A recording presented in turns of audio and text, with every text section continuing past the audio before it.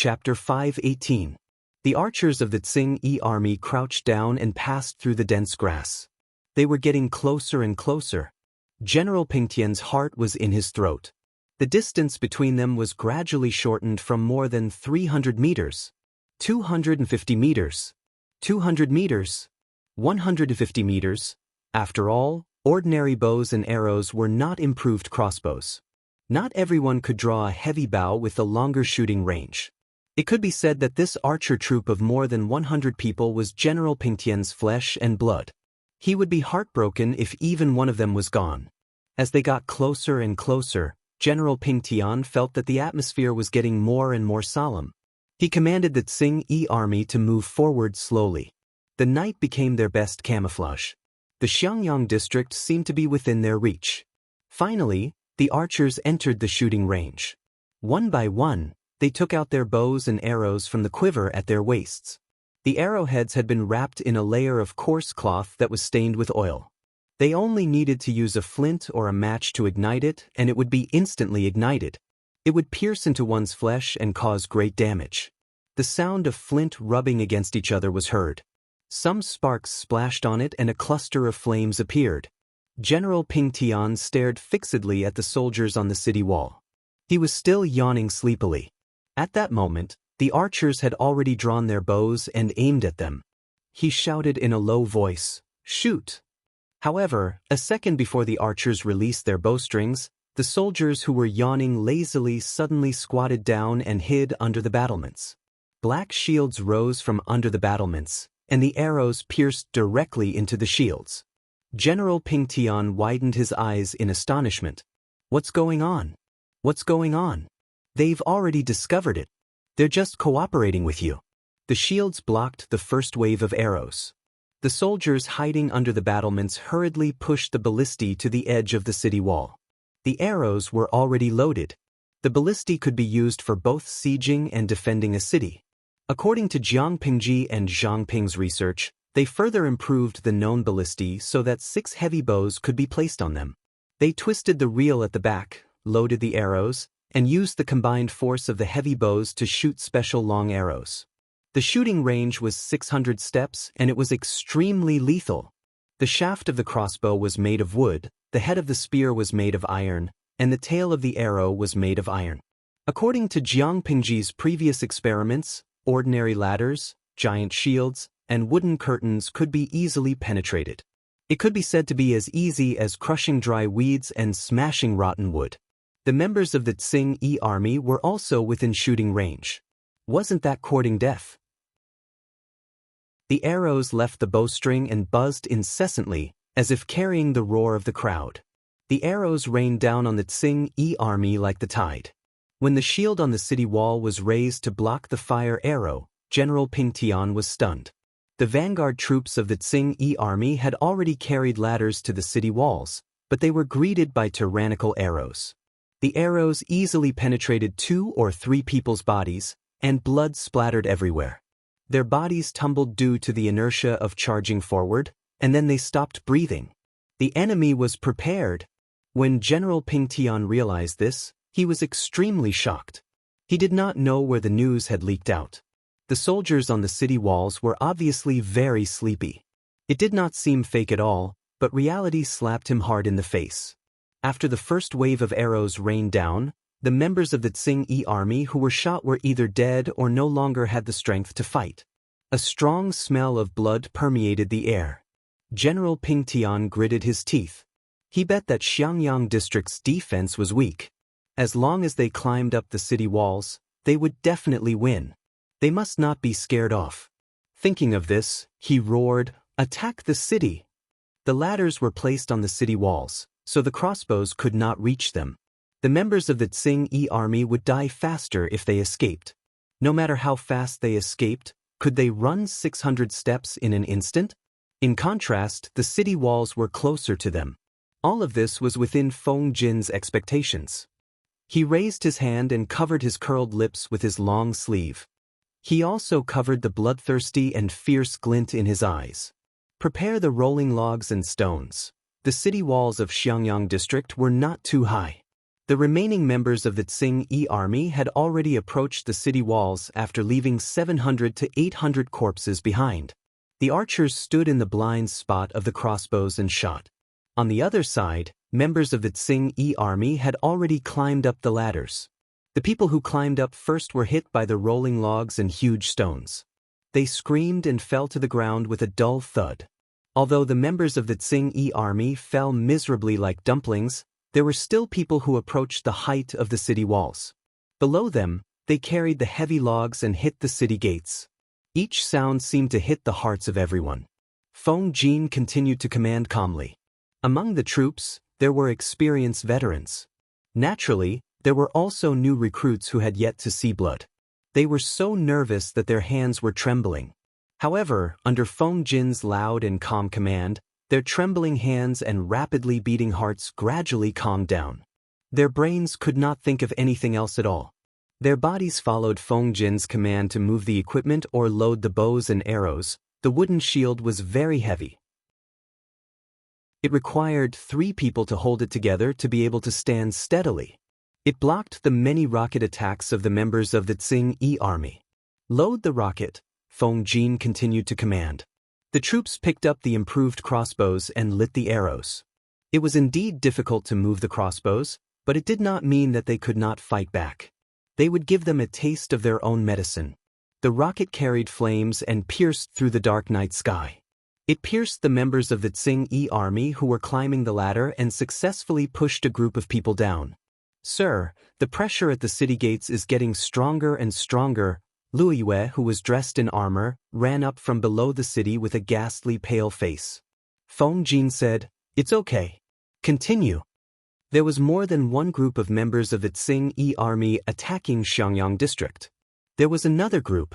As long as the city defense weapons were not exhausted, it was impossible for these people to climb the city walls. There was no doubt about the penetrating power of the improved crossbows. Coupled with the lethality of the rocket, almost every member of the Tsing army who fell from the ladder did not have a chance to wake up. It was not only because the rocket penetrated their bodies, there was another important reason. Their companions stepped on their bodies to climb up the ladder. Even if their corpses were not completely dead, they were trampled into meat paste by these feet. Feng Jin continued to command the troops guarding the city. Everything was in order. Compared to the casualties at the bottom, the troops guarding the city were at most slightly injured. The logs below were still trying hard to hit the city gates. General Pingtian's face was already ghastly pale and black. The city gates could not be climbed up and the city walls could not be broken. Could it be that the military strength of Xiangyang district was not as few as he thought? His firm heart had begun to waver. However, he had no way out now. If he retreated at that moment, he would definitely be annexed by the nearby Tsing army. In serious cases, he might even lose his life. There was no possibility of him turning back now. He could only bite the bullet and go forward. At that moment, he hoped that the Tsing army in Maolin district would attack Xiangyang district. In that case, the chances of winning would be greatly increased. The sound of hitting the city gates continued. Not only were there soldiers resisting inside the city gates, but there were also thick and heavy green bricks. Yes, Feng Jin had moved tens of thousands of green bricks produced from the brick kiln to the city gates to block them. Even if the Tsing army used all their strength, would they be able to break it open in a short time? Chapter 5:19. Shengguan had been living in the district headquarters for a while. Jiang Pingji originally wanted to arrange a 2-level house for her, but she felt that she should not receive a reward without doing anything. She would only receive a reward after she had accumulated a certain amount of experience in the district headquarters. Otherwise, she would be dissatisfied and be criticized by others. Jiang Pingji knew Shengguan's stubbornness, so she did not insist. It was good for her to live in the district headquarters. At least no one dared to ignore Shengguan. The girls in the government office dared not belittle or neglect her. With her background, she got the hang of the work in the government office quickly. The girls gradually admired her and acknowledged her as their superior. Because the army took many talents with them, the pressure in the government office suddenly increased. Shangguan Wan was busy until the fourth watch before she finished her work. She washed her face with the cold well water to wash away her sleepiness. She was barely awake. The Tsing-Yi army attacked wantonly. The soldiers were defending outside the city. Shangguan Wan was very worried, but she could not help much. She could only do the work at hand and try her best to reduce the administrative work. She planned to go back to her room to rest for a while. As she walked, she gently beat the sore spot on her neck with her fist. Halfway there, her sharp eyes saw a black shadow quickly drifting across the corridor, and her heart suddenly leaped into her throat. "Who's there?" Shangguan Wan secretly pulled out the short knife from her waist and looked in that direction vigilantly. After a while, the black shadow stopped and said to her, "Oh, it's Lady Shangguan." This voice. Isn't it Sister Lanting's maid, Takshu? Her tense nerves relaxed. Shangguan Wan sighed and said, "Oh, it's Sister Takshu. You scared me." She went forward and said, "Sister, are you getting up at night? Why didn't you light the lamp? It would be bad if you tripped because you couldn't see clearly." Shangguan Wan opened the paper and found that Takshu was still carrying a lamp. She helped Takshu light the lamp. She knew it. How could she not light the lamp when she woke up in the middle of the night? It was probably blown out by the strong night wind. "Thank you, Lady Shangguan," Takshu said gently. "Did you just come back from the government office?" "Yes, there are too many trivial things in the government office. But thinking of the chaos outside, these things have become sweet burdens." Shangguan Wan felt that she had found a new self. Whether it was her job in the government office or practicing martial arts to strengthen her body, she was full of motivation and vitality. Takshu was still gentle. She held the lantern and said, "It's dark outside. Lady Shangguan, go back to your room and rest. You still have work to do tomorrow." Shangguan Wan's room was very close. She declined Takshu's attempt to give her the lantern, waved her hand, and returned to her room while yawning. Takshu stood rooted to the ground for a long time. It was not until Shangguan Wan opened the door and lit the candle in the room that she revealed a strange smile. She turned her back to Shangguan Wan's room, raised her hand to the side of the lantern, and gently blew on the candle inside, extinguishing the flame inside. If Shangguan Wan had looked more carefully and focused, she would probably have noticed Takshu's abnormality. The clothes she wore on the outside were obviously much larger and did not seem to fit her body properly. The lapels of her clothes were grayish-brown in color. Takshu quietly left the district headquarters and took off her clothes, revealing her grayish-brown clothes. This was the uniform of the female battalion. She folded up her outer clothes and placed them in a corner of the alley. She stood rooted to the ground for a while. She looked at the west and north gates in the distance, and a hint of ruthlessness flashed in her eyes. After a long time, her figure disappeared into the darkness and shadows. She did not go to the west and north gates, but to the south gate. At the moment, the battle on Feng Jin's side had already entered a state of bloodthirst. Occasionally, one or two members of the Tsing-Yi army would climb up the city walls. The soldiers would also work together to smack them down with their heavy shields. There were already several piles of corpses at the foot of the city walls. The Tsing-Yi army stepped on their corpses and climbed up, getting closer and closer to the city walls. Below them, the frequency of hitting the city gates became faster and faster. Every time they hit, a layer of wall dust would fall. Dozens of cracks had already appeared on the sturdy city gates. It looked like it was about to be smashed. General Ping Tian secretly gritted his teeth. "Is this gate made of copper and iron? It's already so rotten, but it still hasn't been knocked open?" Finally, when the Tsing-Yi army was about to exhaust their strength, the city gates that could not bear the burden were finally scrapped. However, what blocked their way was a thick brick wall made of solid green bricks. There was no one behind the city gates to stop them. A group of soldiers were using green bricks to block the entrance. F***CKU. General Ping Tian could not help but curse when he saw the situation. On the city walls, Feng Jin ordered someone to bring the wolf's fang slap over. He planned to teach the Tsing-Yi army a lesson. Luo Yue had already rushed to the south gate to guard. It was estimated that another group of Tsing-Yi army would arrive soon. "Bring the wolf's fang slap." Feng Jin's voice was already hoarse. Even though he tried his best to shout loudly, he seemed especially weak in the midst of the battle cries. What was the wolf's fang slap? It was a rectangular object that was slightly flat. The surface was covered with sharp, thick, and long iron nails that were like wolf's teeth. There were buckles at the four corners, and they were hooked to the city walls with sliding ropes and pulleys. If the enemy intended to climb the city walls to attack, they could use the wolf's fang slap to hit them. With one slap, there would be dozens of bloody holes on the body. There were still plenty of weapons to defend the city, but the Tsing-Yi army was already showing signs of defeat. In particular, the Tsing-Yi army was filled with joy. They spent a lot of effort to break through the city gates, only to discover that the entrance had been blocked by countless neatly arranged green bricks. Breaking through them was no different than breaking through a city wall. That kind of feeling was simply terrible. Initially, they thought that they would be able to attack and take them down very quickly. They never expected the other party to be so well prepared and use all kinds of methods. General Ping Tian was stunned. He never knew that defending a city could come up with so many tricks.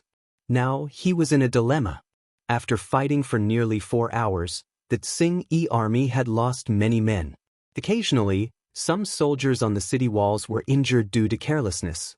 They only had ladders and bows and arrows to attack the city, but the other party had ballistae, improved ballistae, wooden shields, and fire arrows. If they were so capable, why were they holed up in the small Xiangyang district? Why couldn't they just go straight to heaven? General Ping Tian was so angry that he almost vomited blood.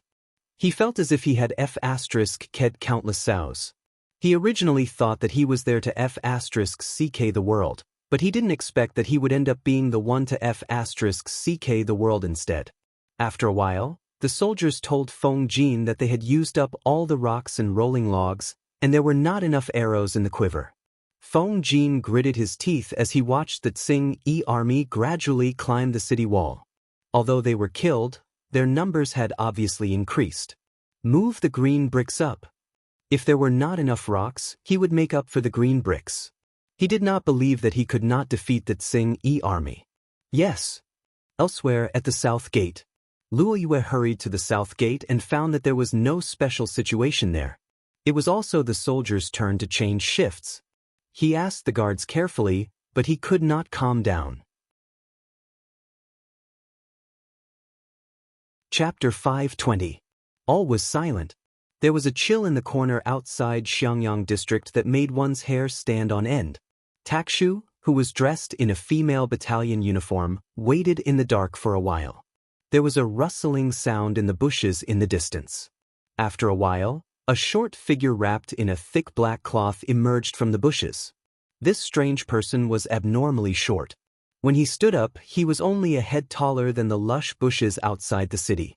If he bent down and hid in the bushes, he would not be seen at all. The person groped his way to Takshu's position and made a strange chuckle. The person made a hoarse and piercing voice and said in a peculiar tone, "You're more precious than the princess in the palace.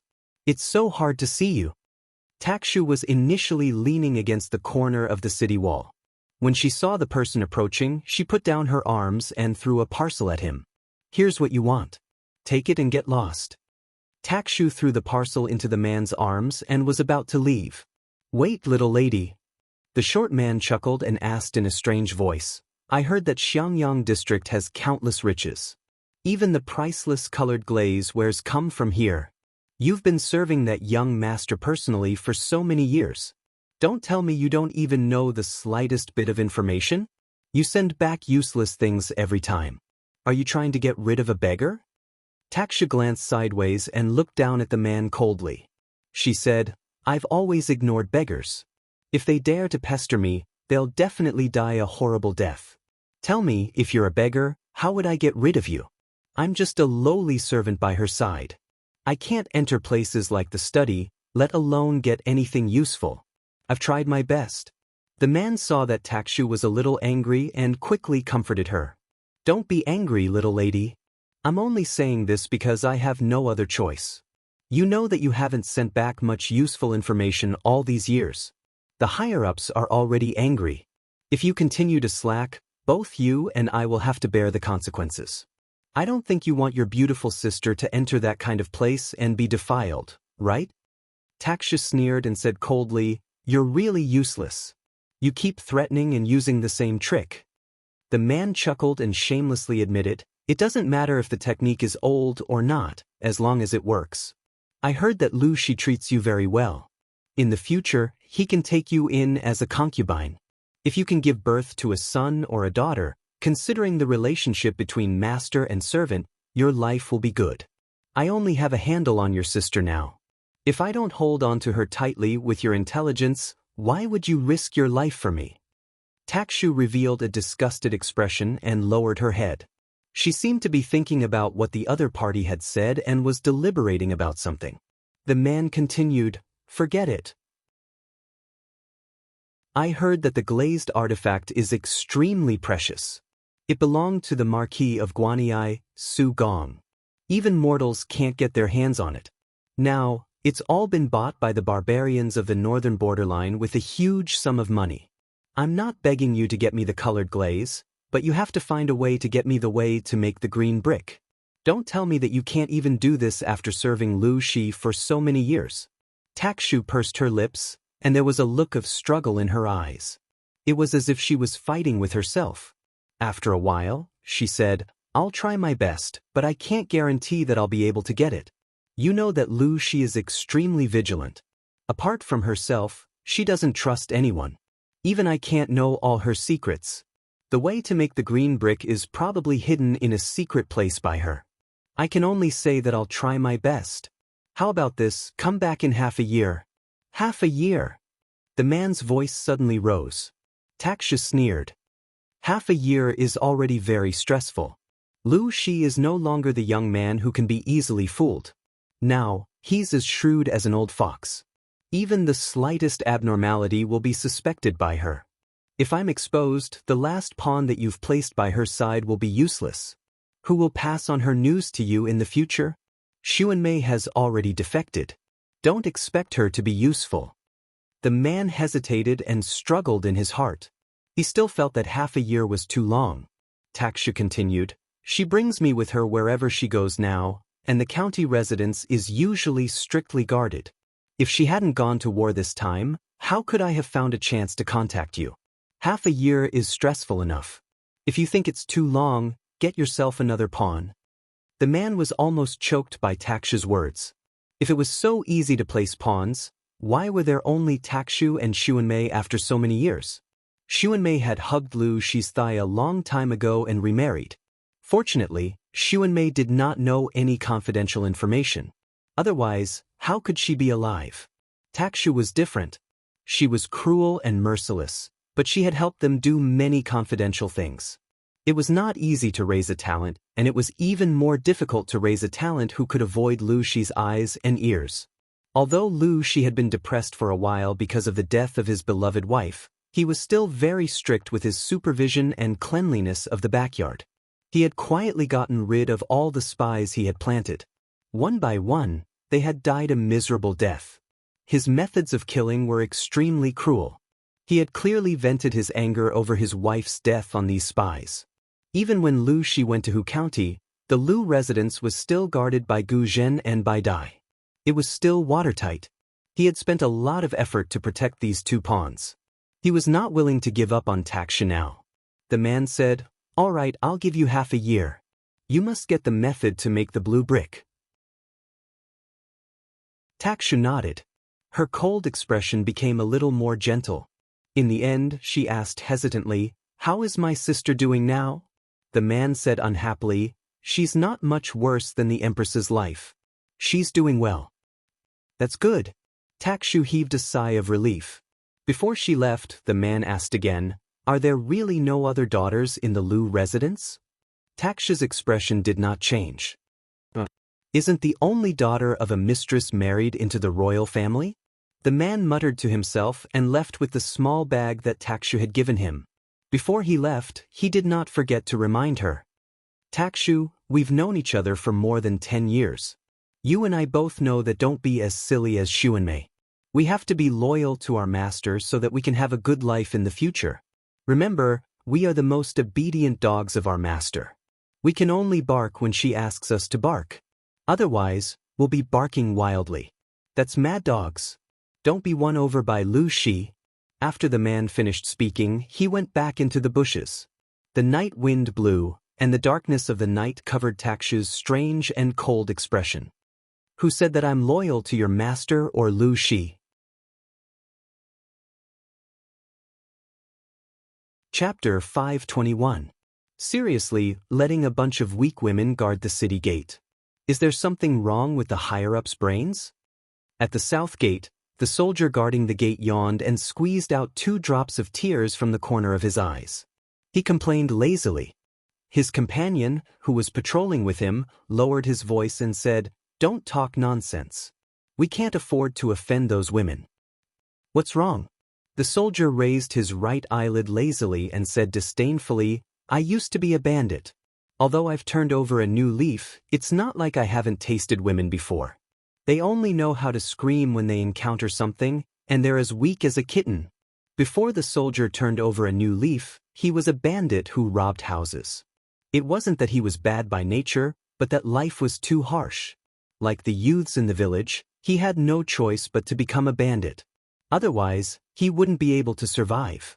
There were many bandits like him who were recruited to turn over a new leaf. Now that he had become a good person and stopped committing crimes, it didn't mean that everything in the past could be written off, nor could it be treated as if nothing had happened. His companion lowered his head and thought for a while. The other women are like that, but these, it's best not to say that. Seeing his companion's secretive look, the soldier was surprised and asked curiously, "What's so special about these women?" His companion thought for a while and said, "In short, they're different from those who only know how to cry and drag us down.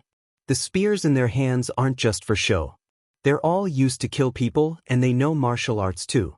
Unfortunately, I heard that the higher-ups have decreed that these female soldiers can only retire from the army at the age of 24, get married, and have children. Otherwise, I really want my mother to propose marriage." The soldier almost burst out laughing. "You blockhead, you're really strange. You don't want a fragrant and soft woman, but a female worm? You're really young and don't understand the taste of women. When you're older and more knowledgeable, you'll know what a real woman is." His companion blushed at the soldier's teasing. How could he not understand the meaning behind the soldier's words? However, he still shook his head honestly and lowered his voice with a hint of embarrassment. "I think a female worm is pretty good. Let her be fierce," his companion said a little uneasily. "But isn't the world different now?"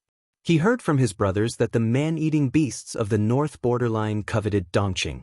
Say, if the wife he married met those beasts and only knew how to cry and scream, wouldn't she be pinned to the ground and gang-raped in the end? "At least I have a life, but what if I get eaten?" The soldier was taken aback, as if he hadn't thought of this. While they were talking, there were 2 female soldiers patrolling opposite them. "What's the matter?" the other side asked. The soldier replied, "Everything is normal." The 2 sides continued patrolling. Watching the 2 female soldiers leave, the soldier muttered, "They're quite decent." At this time, the battle between North and West Gate had reached its climax.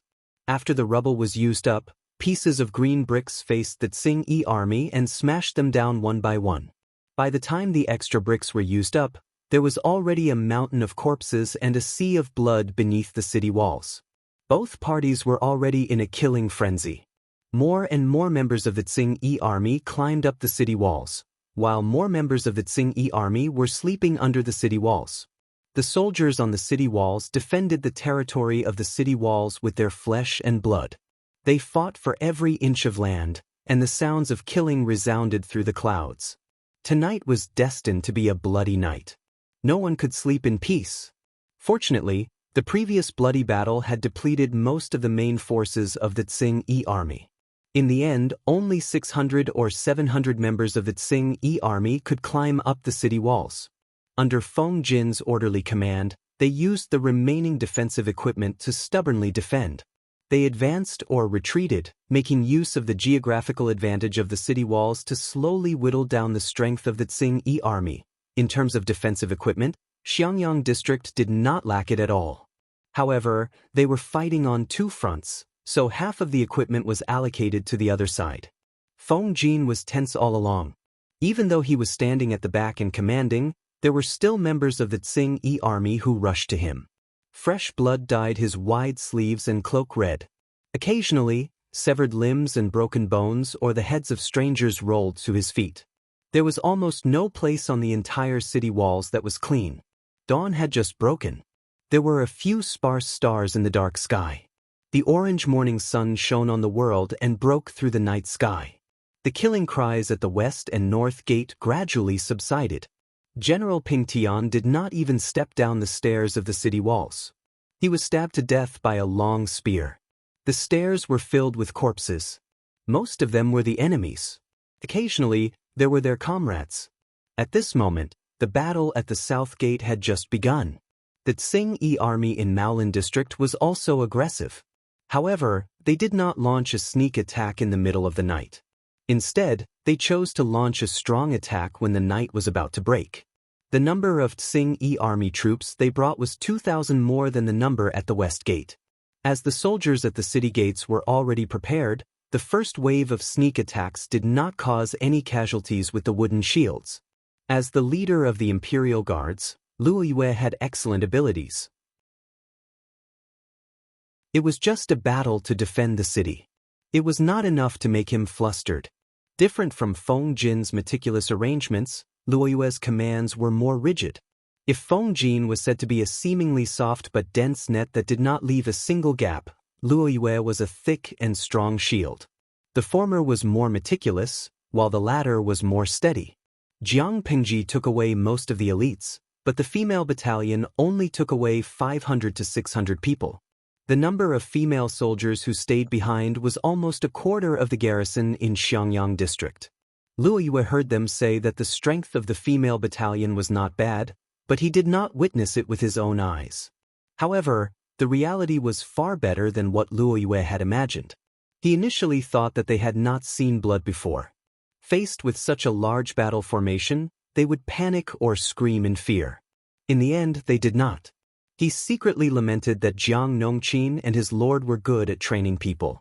In his impression, the female soldiers who only knew how to cry actually had courage that did not lose to the men. They used the improved crossbows well, and their shooting accuracy was not the least bit inferior. Indeed, who would care about gender at the juncture of life and death?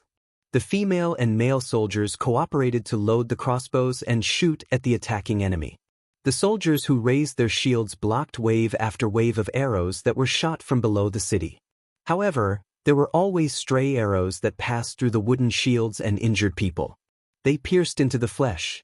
Although it was not fatal, the injury was not light. At such a time, naturally, no one could bring the injured down for treatment. They could only use brute force to pull the arrowheads out. Then, they used a torn piece of cloth to bandage the wound tightly to prevent it from bleeding too much. Compared to the west and north gates, the south gate had more resources to defend the city. The crossbows stopped the enemy at a distance of 500 steps away. The Tsing Yi army tried to approach the south gate with their shields, but the penetrating power of the crossbows was far more terrifying than they had imagined. However, although the crossbows were powerful, there were only more than 30 on the city walls. It was impossible to stop all the Tsing Yi army. Finally, they abandoned hundreds of corpses and finally approached the blind spot of the crossbows.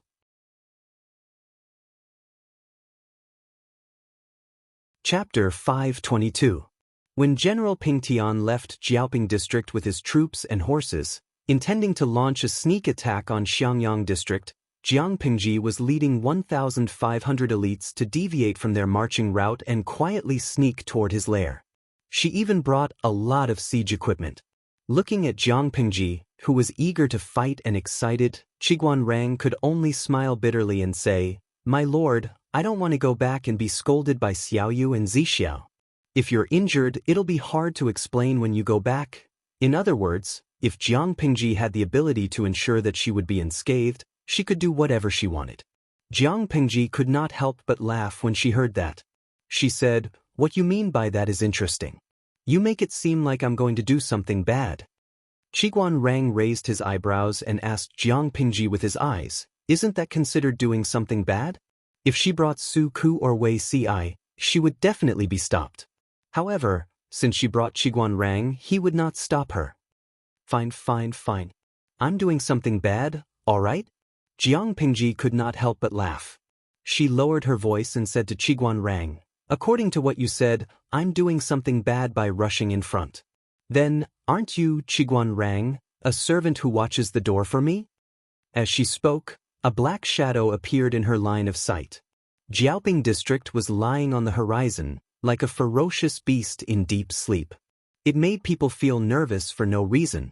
These troops were basically elite veterans with rich experience in battles.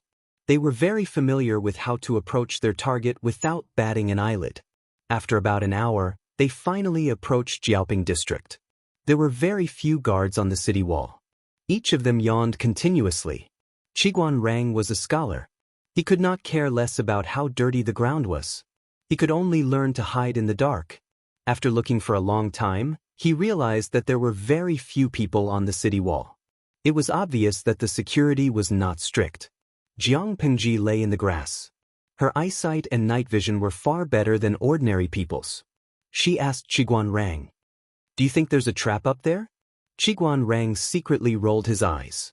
If he said there was a trap, would his lord obediently guard the rear? Definitely not. The Tsing Yi army led at least 5,000 people out of the city. According to the news, there are at most 7,000 Tsing Yi army soldiers in Jiaoping district. In other words, there are only about 1,000 to 2,000 Tsing Yi army soldiers in the city. There are so few of them, it's not even enough for one bite. Qiguan Rang said carefully. Jiang Pengji's facial expression did not change. The leader of the Tsing Yi army in Jiaoping district is an extremely magnanimous person. He doesn't have any abilities, yet he dares to bring so many people with him. Isn't he afraid that his nest will be destroyed? Jiang Pengji clicked her tongue and said sarcastically, "Wenying, don't you think so?" Qiguan Rang indicated that he could not answer this question. In terms of magnanimity, who could be more magnanimous than the lord beside him? If Su Ku and the others hadn't stopped her, she might have left a few soldiers guarding the gate and left with all her belongings. Qiguan Rang heaved a long sigh as he thought of Feng Jin, who had brought 4,000 soldiers to guard Xiangyang district. He sympathized with his brother very much. When his lord had just entered Xiangyang district, Qiguan Rang had guarded Xiangyang district. At that time, there weren't so many city defense weapons. They relied entirely on tactics and ruthless schemes, as well as the soldiers' bravery and fearlessness. Only then did they manage to repel the Tsing Yi army. Of course, if the Tsing Yi army had enough rations at that time, Xiangyang district would probably be destroyed. Therefore, as someone who had been through it, Qiguan Rang could completely understand the feeling of being bullied and wanting to curse at the same time. It felt extremely good. There were hundreds of thousands of viewers who had the same opinion as Qiguan Rang. Xinbang, trash streamer, how can a crow laugh at a pig? Reflect on yourself when you criticize others for being magnanimous. Jin Tianbuji, streamer, you're a typical example of a magistrate being allowed to do whatever he wants, but the people aren't allowed to light up the lamps. She's too overbearing. Nenjiujing, dear friends, you have to know that the outcome of a protagonist courting death and a cannon fodder courting death is different. Obviously, Jiang Pengji was the protagonist. Not only did she have the halo of a protagonist, but she also had powerful abilities. If she courted death, others would die. If the cannon fodder courted death, they would die. General Ping Tian was obviously such a cannon fodder. He was thinking about the delicacies in other people's pot and completely forgot that he was cooking porridge in his own pot. You're right, my lord. Qiguan Rang abandoned his moral integrity and chose to go along with Devil King Zhang's words. I have a novel idea. I don't know if I can give it a try. Jiang Pengji hid in the bushes and held a meeting with her strategist. The troops waited silently for further instructions. Qiguan Rang's heart skipped a beat when he heard that. He was afraid that his lord would cause trouble again. If anything happened to her, he was really afraid that Su Ku and Wei Ci would kill him when he returned. Su Ku was still alright as he was somewhat honest, but Wei Ci was weak and black-hearted. Qiguan Rang really did not want to offend him. What idea? Qiguan Rang asked. Jiang Pengji waved her hand and said to him, "Come closer and listen carefully." After listening, Qiguan Rang felt that he had opened the door to a new world. It turned out that attacking a city could be done this way. How dirty was his lord's heart? Even the mother river of Dongqing could not wash it clean, okay? On the other side, Li Yun, Su Ku, and the others led the remaining 2,000 troops to Maolin district at top speed. Along the way, no one dared to talk or joke around. Most of the troops were trained to march a short distance with heavy loads. Apart from Su Ku, who was a scholar and could not bear it, the rest of them looked all right. What was surprising was that the hundreds of female troops who were thought to be left behind followed closely, but their faces were pale. In comparison, Su Ku, who was panting while riding a horse, was the most useless in the entire army. Because they deliberately took a detour to avoid the Tsing-Yi army in Maolin district, the entire 2,000 troops rested and reorganized in a call in the mountains. They were prepared to attack Maolin district after the Tsing-Yi army left. Su Ku moved his legs uncomfortably, his face was ghastly pale. Li Yun, the honest lad, saw that Su Ku's movements were a little strange, so he opened his mouth to ask, "Your inner thighs are torn? It hurts a little when you walk, but it will be fine after applying some medicine. I have something for you, sir. Do you want it?" Su Ku's face darkened. He noticed that the surrounding people were looking at him suspiciously. He rejected them awkwardly. "No need, I'm fine." Li Yun adjusted his breathing while showing concern for Su Ku. "Sir, you don't look well." Su Ku's mouth twitched. Silence was golden. Faced with such an honest lad, how could a normal person look well? "I'm just worried about the Lord's side. Will there be any changes?" Su Ku casually changed the topic. Because of her willfulness, Jiang Pingji only brought 1,500 elites and a few siege weapons. It was impossible for Su Ku not to worry. But thinking that the Lord had also brought troops to occupy Xiangyang district, he felt that he was worrying too much. Reality proved that his Lord's thinking was not something that ordinary people could understand.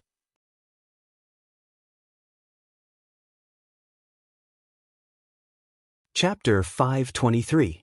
Qiguan Rang had always thought that his heart was dirty enough, but he did not expect his lord to be even dirtier. Not only did she sneak attack the enemy's lair, she even wanted to conquer Jiaoping district without expending a single soldier. With such capabilities, why didn't she ascend to heaven? Jiang Pengji glared at Qiguan Rang. "Why are you looking at me like that? I'm just giving it a try. Anyway, there's still plenty of time." He silently shut up, then passed an order to the soldiers behind him. He asked them to find a soldier who was fluent in the northern dialect. Not long after, an ordinary-looking soldier who could not be found in a sea of people was brought over. Qiguan Rang glanced at him. "Are you usually quick-witted?" Although the soldier looked very ordinary, his eyes were exceptionally spirited. One look and one could tell that he was quick-witted. The soldier was a little puzzled, but it was rare for him to speak to someone above him. He must have performed well. The soldier smiled foolishly and said, "Clever. I'm very clever. I'm not stupid at all." Qiguan Rang asked again, "How clever are you?"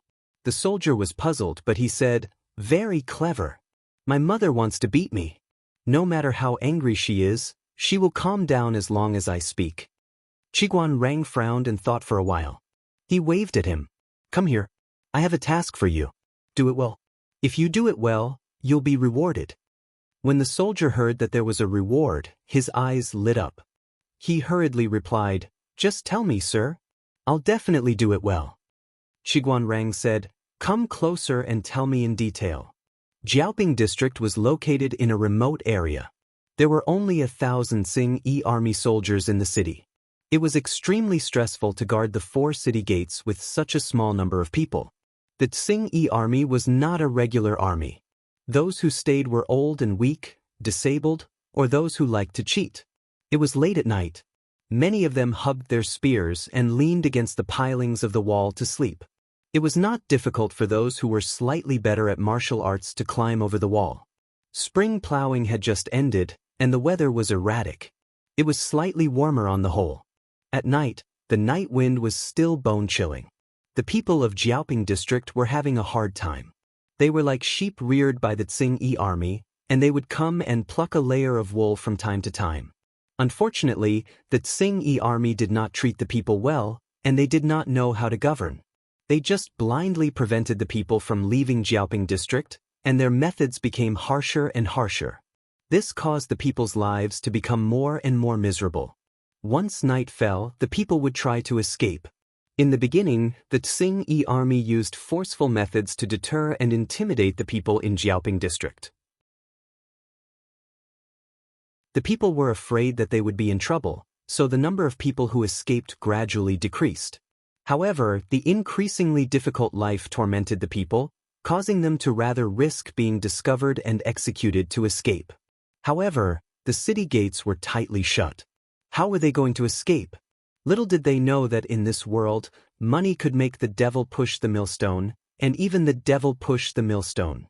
As long as he gritted his teeth and took out his belongings to bribe the Tsing army that guarded the city gate that day, if he was lucky, he could still get out. The Tsing army was just a motley crew, and they were all commoners.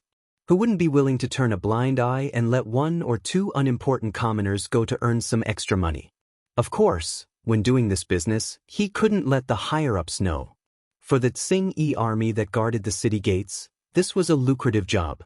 The trivial matters in Jiaoping district had long been reported back to Xiangyang district by the spies.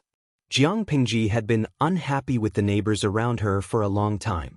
Only by knowing oneself and the enemy could one emerge victorious in 100 battles. She understood Jiaoping district very well. The soldier she chose was indeed a clever person. He found a secluded place and climbed over the city wall. Then he squatted near the northeast corner gate that Jiang Pingji mentioned for a quarter of an hour. As expected, he saw a few sneaky figures. He hurriedly waved his hands to stop them. They also wanted to smuggle out, but they were discovered by the soldier. How would they dare to make a fuss? Each of them was scared out of their wits. They were worried that if they were caught by the Tsing army, their whole family would be beaten to death.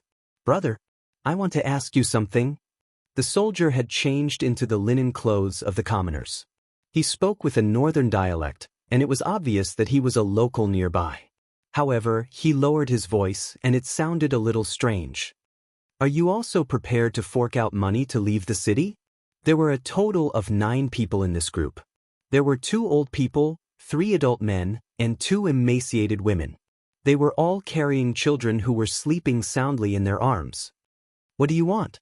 The leader, a strong man, glared at the soldier fiercely. He looked like he would take action if the soldier dared to make trouble and steal their money. The soldier said calmly, "Hey, don't be anxious. I don't have any bad intentions. It's just that your family is quite pitiful. Most of your life's savings have been given to those Tsing bastards. I feel pity for you. Who are you?" The strong man did not relax. He used his body to block the soldier's line of sight. I'm from Xiangyang. Look, I'm wearing real woolen clothes." As he spoke, the soldier rolled up his sleeves slightly and pulled out the cuffs of the layer of woolen undershirt that was used to keep out the cold. He sized up the crowd with a disdainful look. "This outfit costs a few hundred coins. Do you think I care about your little money? To be honest, I escaped from here last winter. At that time, I was short of money, so I didn't bring my mother with me. This time, while the Tsing army is about to collapse, I sneaked in ahead of time and brought my mother to Xiangyang to enjoy a comfortable life." The soldier's words were convincing. He was also a complete actor. He did not even blush when he lied and boasted.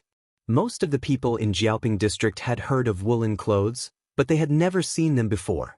However, the strong man's attention was not on the snow-white woolen sleeves, but on something else. "What do you mean the Tsing army has collapsed?" The soldier was startled and said, "You don't know? The Tsing bastards took the people to war. We don't know when they'll return. There are thousands of bastards in the district now, but most of them are still sleeping like pigs. I reckon that even if we cut off their heads now, they probably won't wake up. Otherwise, how did little brother crawl in? I think it's easy for you guys to flirt with the Tsing bastards at the city gate. There's no need to pay. I stopped you to ask where the people in Dogtail Alley went. I couldn't find my mother for a long time. The strong man thought for a while and asked his wife. He said to the soldier, "The houses in that alley have been requisitioned by those bastards. The people living there have been driven to the north of the city. Your mother should be in the north of the city." The soldier nodded happily. Thank you, big brother. I'll bring my mother to Xiangyang to enjoy a comfortable life." However, before he could take a step, he was stopped by the strong man. The man asked, "Little brother, you said those Tsing-Yi bastards were taken to war."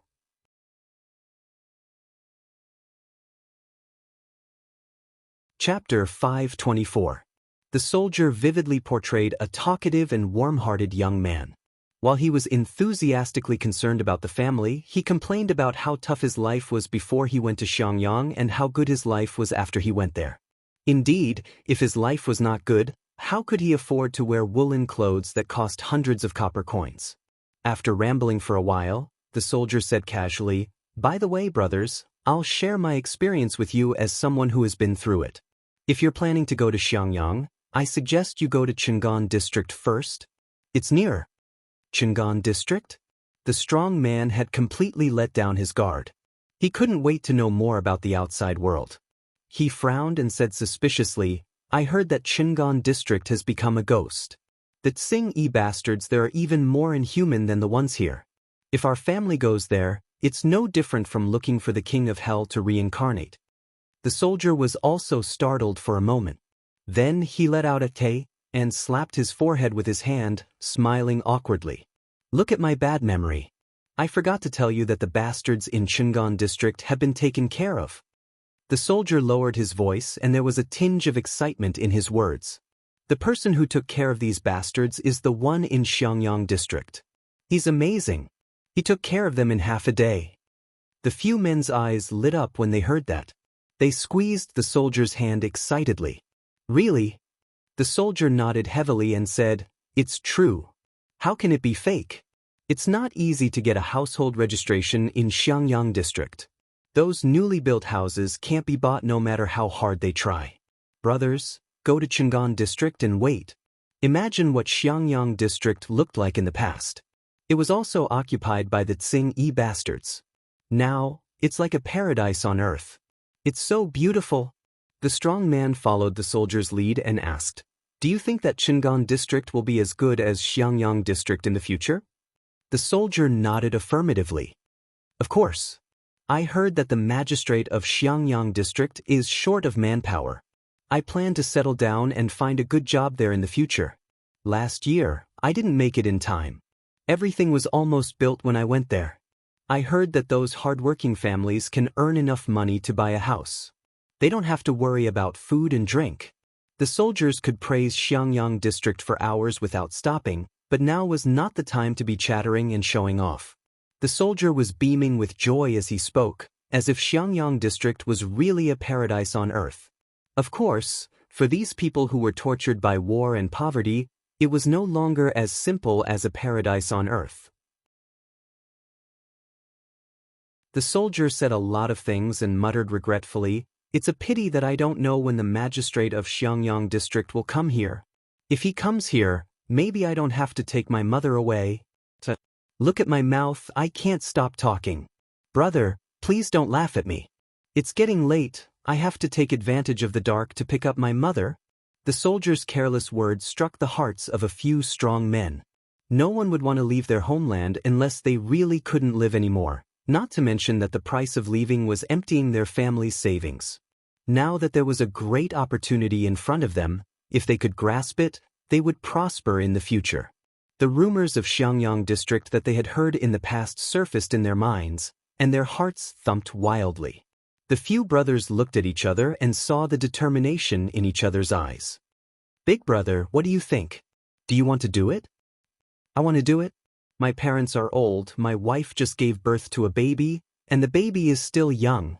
How can they withstand the torment? Why don't we do it and capture all those bastards, then send someone to Qing, and to invite those lords over? Otherwise, how are we going to live?" The third person also agreed, but one of the women was carrying a child who was sleeping soundly and looked worried. "But What if those Tsing-yi bastards come back? The soldier's heart skipped a beat. He secretly thought that this woman was going to ruin things. He looked as if he had just understood and smiled sheepishly. Sister-in-law is right, you guys better not take the risk. Run away if you can. We're not saints, it's enough as long as we can control ourselves. I see that the uncles and aunties aren't young anymore. Big brothers, find some helpers and beat up those bastards at the city gate. Run away if you can. This place is deep, and it's not easy to run away. The few men looked hesitant and struggled. The soldier's heart stirred, and he added fuel to the fire. Big brothers, you guys have reminded me. The man in the prime of life asked, remind what? The soldier said matter-of-factly, all for the city. If I persuade the villagers and this matter succeeds, won't it be a great merit?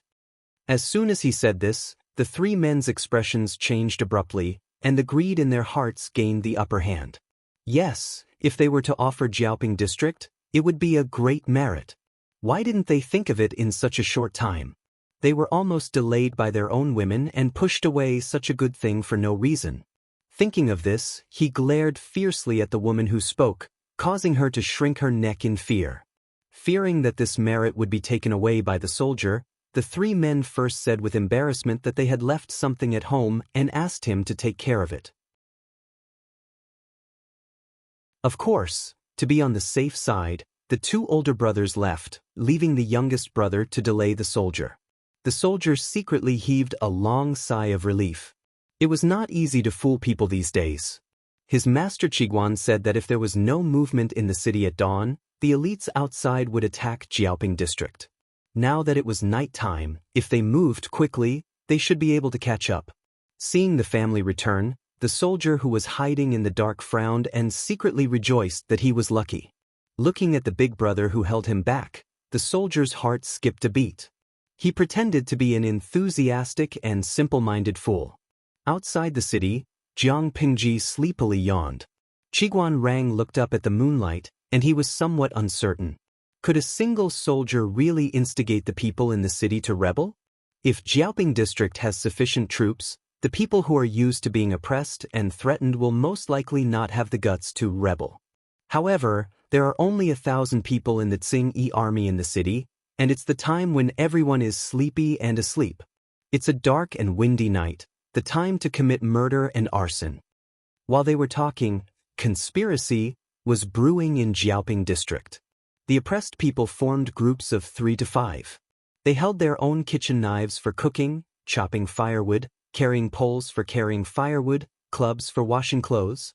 They took whatever they could and rushed madly to the territory of the Tsing-yi army, which they knew was the territory of the Tsing-yi army. Most of the members of the Tsing-yi army who were guarding the place were already drowsy, and some directly entered their dreams to look for the Lord of Zhou.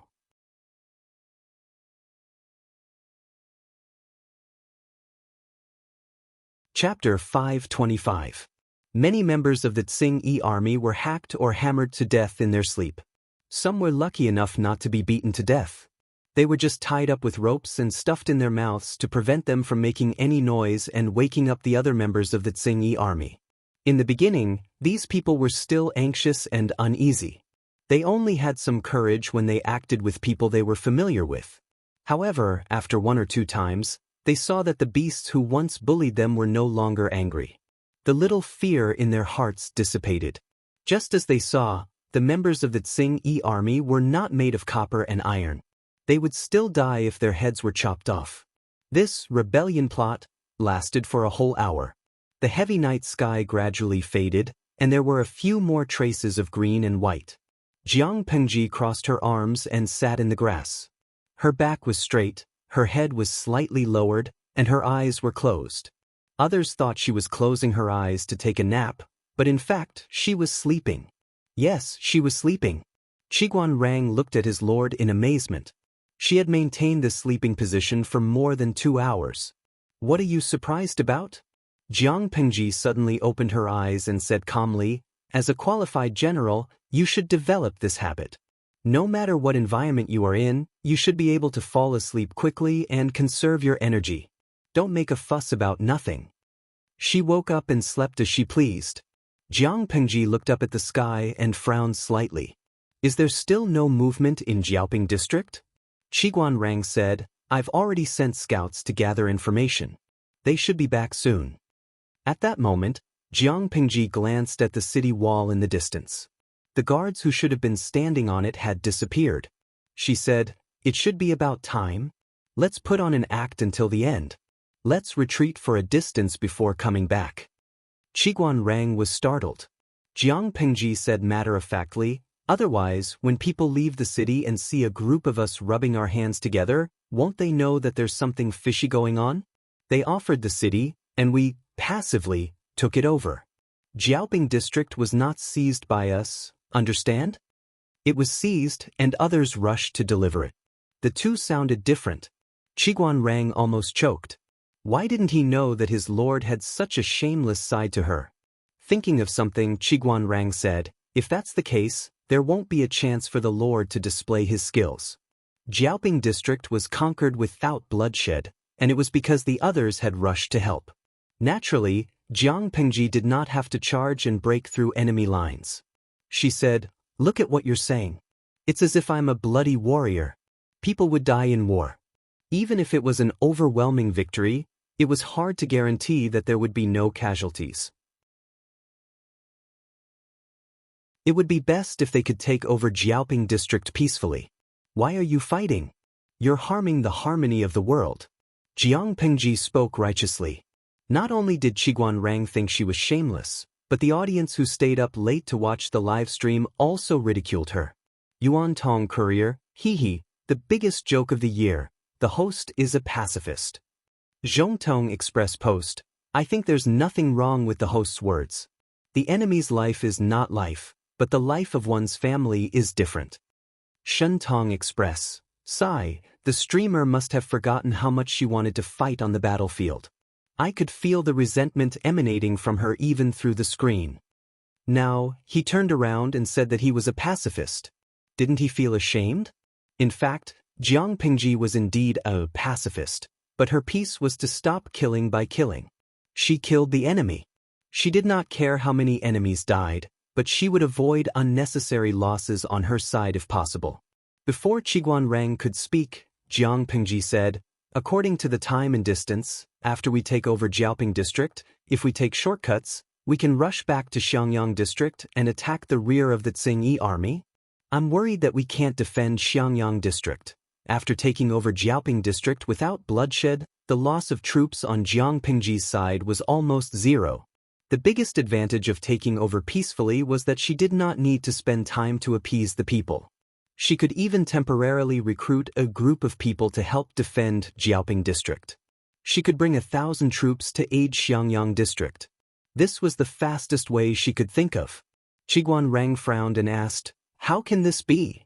4,000 troops are indeed tight, but Huayu and Coach Luoyue are not easy to deal with. The defense in the city is perfect. It's almost impossible for a motley crew like the Tsing army to take over Xiangyang district. You said it's almost impossible, not absolutely. Jiang Pengji's face darkened as she said, Wensheng, do you still remember when I left Hejian and followed my father to Shangjing? Why did I entrust the troops to you to take care of them? Qiguan Rang did not understand. He carefully recalled the memory of that time and suddenly thought of something. His expression changed slightly. My lord, you mean Lady Takshu? Qiguan Rang was stunned. That year, Jiang Pengji sneaked into Wei Yuan's residence late at night and entrusted the trifling matters of the troops to Qiguan Rang. Between her words, she hinted that there was a dirty person around her. At that time, Qiguan Rang did not know who she was until she left Xuanmei behind and took Takshu away. According to his understanding of Jiang Pengji, the more dangerous something was, the more she liked to keep an eye on it. Later, when Su Ke married Xuanmei, Qiguan Rang was even more certain of his guess. My lord is really muddle-headed. Since you're sure that there's something wrong with Takshu, why don't you? Qiguan Rang looked anxious. Takshu's identity had yet to be revealed. If she did something in Xiangyang district, it would be hard to guard against it. Jiang Pengji raised her eyes lazily and said, Wensheng, don't worry. Although I'm a little risky, I'm not fooling around. There's something wrong with Takshu, and it's a big problem. Do you understand that she has more than one master behind her back? After so many years, I've found out about one of them, but I've never had a clue about the other. It's better to keep her by my side than to plot in the dark. But if she takes advantage of this crisis and lets the Tsing army enter the city, she won't do that. Jiang Pingji sneered and said with absolute certainty, before achieving a certain goal, she won't do anything to hurt me. Perhaps, more than anyone else, she hopes that I can gain a foothold in the north. Qiguan Rang was speechless. His intelligent brain felt inadequate. Suddenly, he said irritably, "Isn't Lady Takshu the personal maid that the old master prepared for you? How could she be taken advantage of?" Jiang Pingji said meaningfully, "Yes, my father prepared her, but she can't handle her long hands. If she told Qiguan Rang that there was something wrong with Xuanmei, he would probably go crazy. What kind of luck does my father have? There's something wrong with the two people he arranged." As they were talking, the tightly shut city gate of Jiaoping district opened. A group of more than 100 people sneaked out of the city before dawn. About half an hour later, the two groups of people met on the way. The people were trembling with fear. Jiang Pengji looked solemn and reported her origins in a low voice. "I'm the district magistrate of Xiangyang district, Lu Shi. Who are you and where are you from?" "Lu Shi? The district magistrate of Xiangyang district?" The people were in an uproar and they discussed animatedly. At that moment, a rather old leader slowly stepped out of the ranks and bowed with his hands folded in front. "We are the people of Jiaoping district." "The people of Jiaoping district? Why are you here?"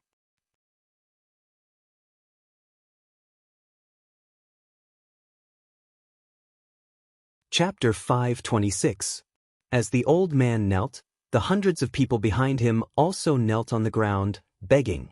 Each of them was sallow and emaciated, and their skin had an unhealthy color to it. It was as if they would faint if they said two more words.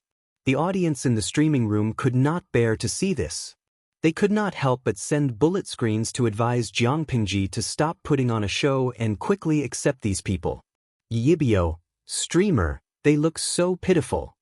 Didn't you say that the common people are like duckweed in troubled times? They're begging you so much, just accept them. Anyway, this is also one of your plans. It's not good to let them kneel." Jiaging Yizhang. "Tisk, that's why I said the streamer's heart is really dirty. It's obvious that she covets Jiaoping district. She secretly instigated people to kill the Tsing army who stayed behind and begged her to accept Jiaoping district. Tiske, she gets all the good things. Is there any justice?" Wu to Wuchi. This scene reminds me of a TV series I used to watch. The situation was similar. The refugees were begging the protagonist. At that time, he felt that it was a little funny. After all, the extras didn't act well. The refugees didn't look like refugees, nor did they look like they were begging. It was more like they were watching the protagonist's monkey show, which made people feel awkward. Looking at this scene, to be honest, I felt that I needed to calm down and calm down. Chikin Shuangbi, you guys are thinking too much. Is the streamer the kind of person who likes to put on airs? The facts proved that Jiang Pingji was not. At least she would not make the people kneel on the ground and kowtow until their heads were broken. All of you, stand up and speak. If you have any grievances, feel free to speak up. If I, Lu Shi, can help everyone settle it, I will definitely not refuse. Jiang Pengji dismounted from the horse and helped the few people who were kneeling in front of her up. It's deep in the night and the ground is moist. Get up and talk. The leading old man had a high EQ. Naturally, he wouldn't kneel on the ground and say things like, "If you don't listen to us, we won't get up." This wasn't begging for mercy, it was another form of blackmail. So when Jiang Pingji helped him up, he stood up. This old man was quite prestigious in Jiaoping district. When the other commoners saw that he had gotten up, they helped each other up from the ground. The old man bowed again and said, "Magistrate Lu, where are you preparing to go with your troops?" Jiang Pingji said, "I heard that Qing and Jiaoping and Maolin districts are plagued by bandits from the Tsing army. The people have no way of making a living, so I came over to clear them out. The members of the Tsing army in Qingan district have all been killed. They originally wanted to reorganize in peace. Not long ago, they heard that the Tsing-Yi army in Jiaoping district had gathered their troops and horses and left in full strength. They did not know what their purpose was. That's why I brought some troops over to check out the situation. The old man was overjoyed. His eyes brimmed with tears as he said excitedly, "What a coincidence! Magistrate Lu didn't know that the bandits in black had indeed left Jiaoping district, leaving only about 1,000 people to guard the county. I've heard that Magistrate Lu is noble and righteous. He led the villagers to get rid of the evil bandits in green. I'm about to rush to Chungan district to look for Magistrate Lu. If those evil bandits find out about this, I'm afraid they won't let the people of the city go." Jiang Pengji seemed to have finally understood. "Is it because of this that the old man asked me?" Jiang Pengji asked. The old man raised his hand to wipe the hot tears from the corners of his eyes. He said, "Exactly. I only hope that Magistrate Lu is benevolent and righteous. He can protect the innocent people of Jiaoping district so that they won't be harassed by the evil bandits in green. If the county magistrate agrees, this old man can die in peace." Jiang Pengji looked hesitant. The old man's heart was in his throat. Not long after, her eyes became very determined. "Since the villagers love me so much, how can I let you down?" Jiang Pengji said. When the old man heard the good news, he immediately heaved a sigh of relief. His pale face was flushed. Life is like a drama. It all depends on one's acting skills. Watching his lord's perfect performance, even a shameless person like Qiguan Rang was secretly ashamed of her. His lord was so shameless that he could rest assured. In fact, it was not that the old man did not suspect Jiang Pengji's identity. However, she had a noble demeanor. Her face was handsome and upright. The troops behind her were strong and powerful. The clothes that the troops wore were clean and tidy. Their vital parts were covered with leather armor. The weapons they carried were of superior quality. The old man was not ignorant. Just by looking at the lineup, he believed 80% of it. He tested Jiang Pengji's attitude toward Jiaoping district. He saw that she truly pitied the suffering of the people. She spoke eloquently about various methods of disaster relief and saving the people. He thought that the standard of the son of a top aristocratic family was only as good as hers. The old man could not pick out any mistakes. The more he talked, the more satisfied he was. The old man was a rare intellectual and cultured person in Jiaoping district. He was a good teacher. Some children from poor families came to him to study. He would also reduce or exempt their tuition fees at his discretion. He had a very good heart. He acknowledged that Jiang Pengji was the legendary young district magistrate Lu who could create miracles and loved the people like his own children. The other people also believed her with relief. Qiguan Rang led them into the city. Looking at the open city gate of Jiaoping district, he fanned himself with his feather fan. His lord was too capable. He always felt that as a counselor he was facing the dilemma of being laid off and unemployed. They welcomed him all the way to the district headquarters of Jiaoping district. The place had already been occupied by the people. The Tsing-Yi army could also capture and kill them. Jiang Pengji sat calmly on the seat of honor. General Ping Tian of Jiaoping district did not expect that the owner of the nest had already changed hands after they left for just half a day. Outside, the morning light was slightly intoxicating. So far, out of the 4 districts of Fengyi County, 3 districts were already in her hands. Maolin district would probably be hers soon. Li Yun, Su Ku, and the others really did not disappoint Jiang Pengji's high expectations. They took advantage of the night to launch a surprise attack on Maolin district and broke through the city gate. The defense of Maolin district was even weaker than that of Jiaoping district. There were only 2 or 3 guards on the city gate.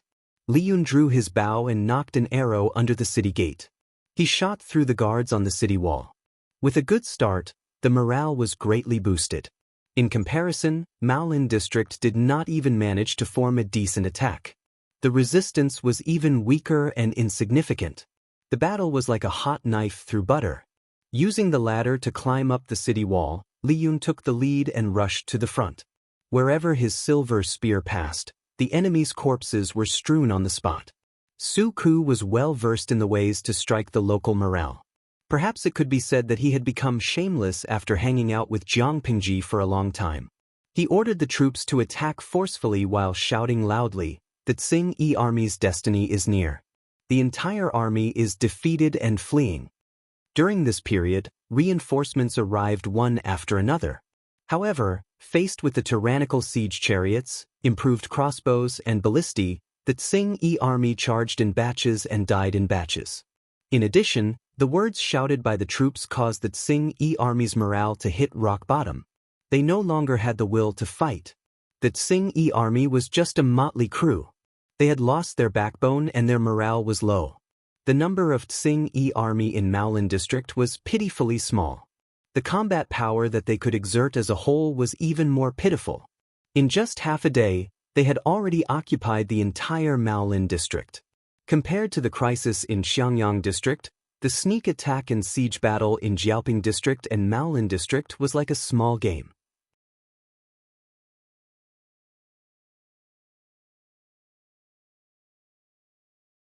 Chapter 527. Feng Jin was probably the only one who knew if he was going to explode. He turned his gaze back to Xiangyang district.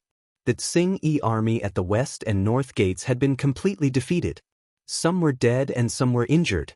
Many of the Tsing Yi army saw that they had lost the upper hand. They panicked and ran away, leaving thousands of corpses behind them. Looking at the mess on the ground, Feng Jin raised his hand to wipe his face with a solemn expression. He wiped away the blood on his face. He asked the soldier in a hoarse voice, "How's the situation at the south gate?" The sky gradually turned from black to greenish-white. The sun rose from the horizon and dispersed the darkness. Looking at the sky, the battle at the south gate should have already started. He just didn't know the situation. The soldier panted heavily. The man said, "The battle at the south gate is in a stalemate. General Luo is leading his men to resist." Feng Jin looked at the city gate that was blocked by bricks with pity. If he had enough men around him, why would he need to block the city gate? If he didn't block the city gate, he could send a team with high mobility to harass the Tsing Yi army from the back and attack their morale. Both sides wouldn't have fought for so long. The defense line of the city wall was almost broken by the Tsing Yi army. This made Feng Jin rather vexed. He glanced at the crowd and said, "The wounded should all rest. Except for those guarding the city gate, the rest should leave the city with me." After blocking the west and north gates, they could still go out from the east gate. They could outflank the Tsing Yi army from the back and harass them. As long as the south gate was strong, the Tsing Yi army couldn't take it down after a long time and the back was harassed many times, their morale would definitely plummet. A soldier was covered in blood. He looked like a bloody man and was in a terrible state. He stopped Feng Jin. "Sir, you mustn't. You just need to tell us what to do. There's no need to risk leaving the city." Feng Jin said resolutely, "I'm not powerless. I can protect myself. Soldiers, there's no need to say more." The soldiers were physically strong. The high-intensity training in the military camp was not just for show. After a night of fierce fighting, they still had energy. However, Feng Jin was the son of an aristocratic family who lived an exquisite life. His body was better than ordinary people, but compared to these rough men, he was still a lot weaker. Now, even he could grit his teeth and say to continue fighting. The other soldiers naturally had high morale and were eager to fight. The situation at the south gate was slightly better than Feng Jin's side. Relatively speaking, it was easier to defend. Even though the Tsing Yi army at the south gate had more people than the north and west gates, they did not have as many siege weapons. Without sufficient siege weapons, the losses of forcibly attacking a city would be quite terrifying. Lu Yue was also an experienced person. His defense was airtight. It made it difficult for the Tsing Yi army below to move an inch. Even so, the soldiers on the city wall were exhausted. There were always soldiers who were shot by arrows. If they were lucky, they would only be lightly injured. If they were unlucky, they would lose their lives. However, no one had the time to mourn. They could only focus on dealing with the enemy. Just as Jiang Pingji had said, There were only the living and the dead on the battlefield. There was no distinction between men and women. Looking at the tacit cooperation of the troops, Luo Yue felt a little emotional. He gradually agreed with the women's battalion that his lord had established. If all the women stayed behind to support their husbands and raise their children, it would indeed be a waste of nearly half of the human resources.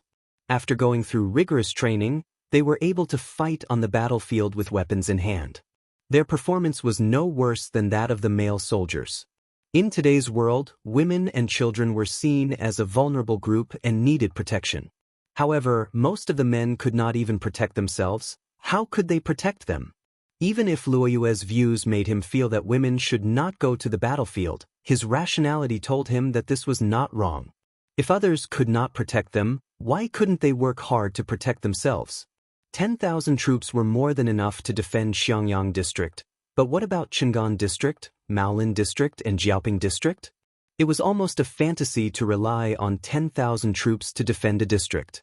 It could be predicted that after conquering the other 3 districts, it was imperative to expand the troops. However, the north had experienced a series of natural and man-made disasters.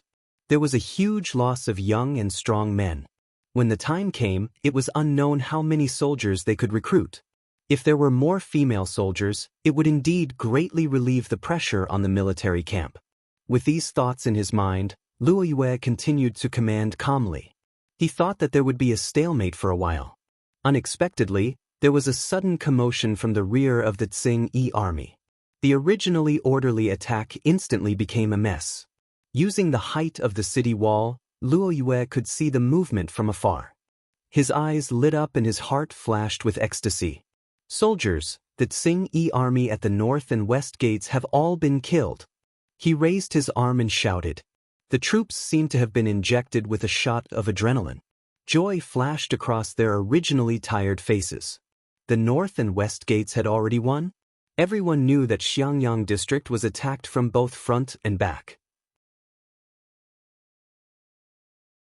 While the troops at the south gate defended against the Tsing army, they were afraid that their rear would be breached by the enemy. Now, Luo Yue told them that the rear was safe. They only needed to defeat the enemy at the front. How could they not be excited? The morale of their troops rose again and again. The Tsing army's morale continued to decline. Feng Jin led the troops to charge forward and make a detour to harass them. The city gate was impregnable.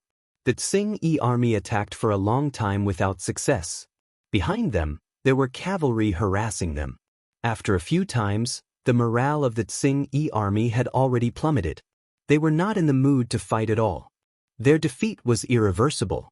No matter how their leader shouted, the Tsing army still fled in all directions. The attack below the city gate became weaker and weaker. They were unable to pose a threat to the city gate. Feng Jin originally wanted to lead the troops to chase after them. However, when he thought of the current defensive strength of Xiangyang district, he could only give up this tempting idea. Luo Yue wiped the bloodstains on his face. He bowed to Feng Jin and said, "Thank you for rushing over to help." The battle at the south gate lasted for more than 2 hours. However, the battle at the north and west gates started at 4 in the morning. Moreover, it was a battle at night. It consumed a lot of energy. Looking at Feng Jin, he must have led the troops to help the south gate right after the battle ended. If not for that, even if Luo Yue had the confidence to defend the south gate, he would have to use up a lot of defensive equipment. Feng Jin took some time to catch his breath. He raised his hand to help Luo Yue up. He said, "Coach Luo Yue, you don't have to thank me. This is what I should do." Luo Yue looked at the direction in which the Tsing army fled in resentment. He said fiercely, "It's a pity that they escaped." Generally speaking, when the defeated side fled and lost the will to fight, it was a good opportunity for the victorious side to expand their victory. Now that he saw the remnants of the Tsing army leave, Luo Yue naturally felt bad. Feng Jin said, "It's okay. This debt will be repaid one day." Little did they know that the Tsing army that they said escaped by luck were very unlucky.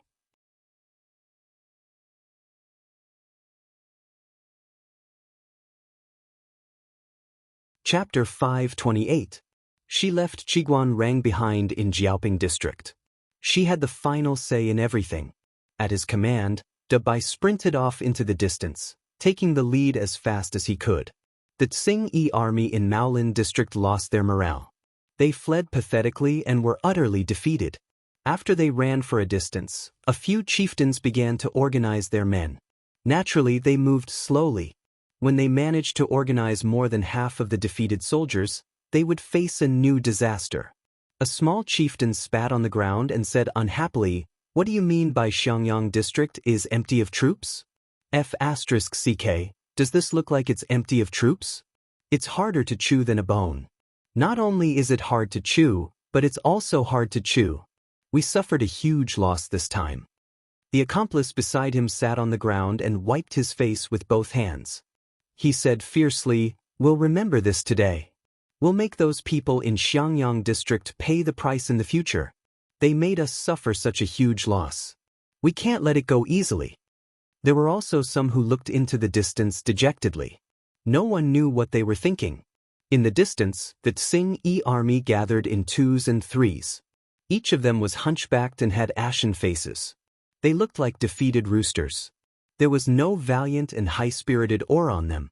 It made people feel unhappy and secretly scolded them for being a bunch of good-for-nothings. Some of the small chieftains were very unhappy with these soldiers who swayed according to the situation. It was just a defeat. Was there a need to be like this? Weren't they still alive? As long as they were alive, there would be a day when they would make a comeback. These useless people ran away faster than anyone else when they saw that the situation was not good. "Now we'll organize our men and return to Maolin district first before making plans." They originally wanted to take advantage of the situation. Who knew that not only did they not take advantage of the situation, they were also counterattacked. It was really embarrassing. They could not covet the fat piece of meat that was Xiangyang district. Now they had to bring their men back first to prevent the rear from being empty for too long. The leader of the Tsing-Yi army then remembered that there was a shortage of manpower in his backyard. However, he was not very worried. Anyway, Maolin district had been exploited cleanly. There was no profit to be reaped. The nearby Tsing-Yi army did not even look at it. Why would they covet it? However, they all forgot that the other Tsing-Yi army would indeed not covet it. However, it did not mean that Jiang Pingji was not tempted. Now, the 4 districts of Fengyi district were in her hands. She was now the district magistrate of Xiangyang district in name, but in reality, she was the chief of Fengyi district. Not to mention Dongqing, even in other countries, was there a county chief younger than her. Jiang Pingji was completely confident that within a year, Fengyi County would be revitalized and prosperous once again. After Fengyi district was settled, the next step would be the entire Wanzhou. The members of the Tsing-Yi army who had gathered were completely unaware of the impending danger. They sat on the ground in twos and threes, their stomachs rumbling with hunger. The weapons in their hands had already been abandoned when they escaped. Hungry and tired, many of them simply found a place to sleep. Looking at the disorderly Tsing-Yi army, a few leaders were so angry that their faces and necks turned red. They wished they could whip these people to wake them up. There are actually no pursuers coming from Xiangyang district. A small leader opened his mouth in surprise. The other person was slightly more knowledgeable and replied, "They didn't go out of the city to pursue them. It's most likely because there aren't enough people in the city to hold them back." The leader said, "Smen in had in, it's hard to deal with them when they don't have enough men. What would happen if they had enough men? Don't boost others' morale and belittle your own. Maybe they think there's no need to chase? Even if they don't have enough men in the city, can you break in?" His companion was speechless. They looked at each other in silence, helplessness in their eyes. It was a good thing that the enemy did not chase after them. Tsing-Yi army had more time to organize their men. Just as they heaved a sigh of relief, a member of the Tsing-Yi army scrambled over to report. "General, the enemy is coming from afar." What? The enemy was chasing after them? The leaders of the Tsing-Yi army were shocked. One of them, a strong man with a dark face, asked, "Enemy? How many?" The pitiful member of the Tsing-Yi army stuttered, The enemy is moving very fast. We can't be sure of their numbers. Useless. What's the use of your eyes? The strong man with a dark face angrily grabbed the man's collar. He lifted him up and threw him on the ground. The member of the Tsing-Yi army rolled twice in the mud. He fell until he was dizzy and saw stars. I'll go take a look. The member of the Tsing-Yi army snorted. He strode to the place where he could see the enemy. He didn't know if he didn't see, but he was shocked when he saw. Indeed, as the member of the Tsing-Yi army said, the enemy was moving very fast. They were only a few hundred meters away from them. Behind them, there was a thick cloud of dust. It was like the sound of horse hooves.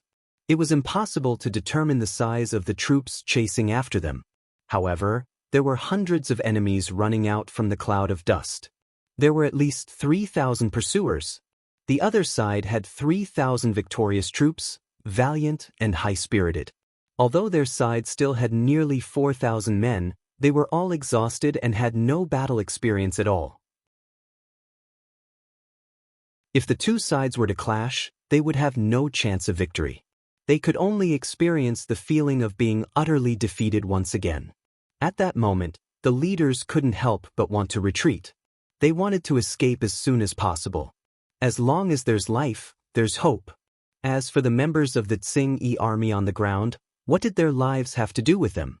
On the other side, Jiang Pingji was leading 500 people to charge forward. The remaining 300 people came out in batches from the cloud of dust. She made use of this camp to create the illusion of a large army chasing after them. In reality, she only got a few soldiers to chop a few trees.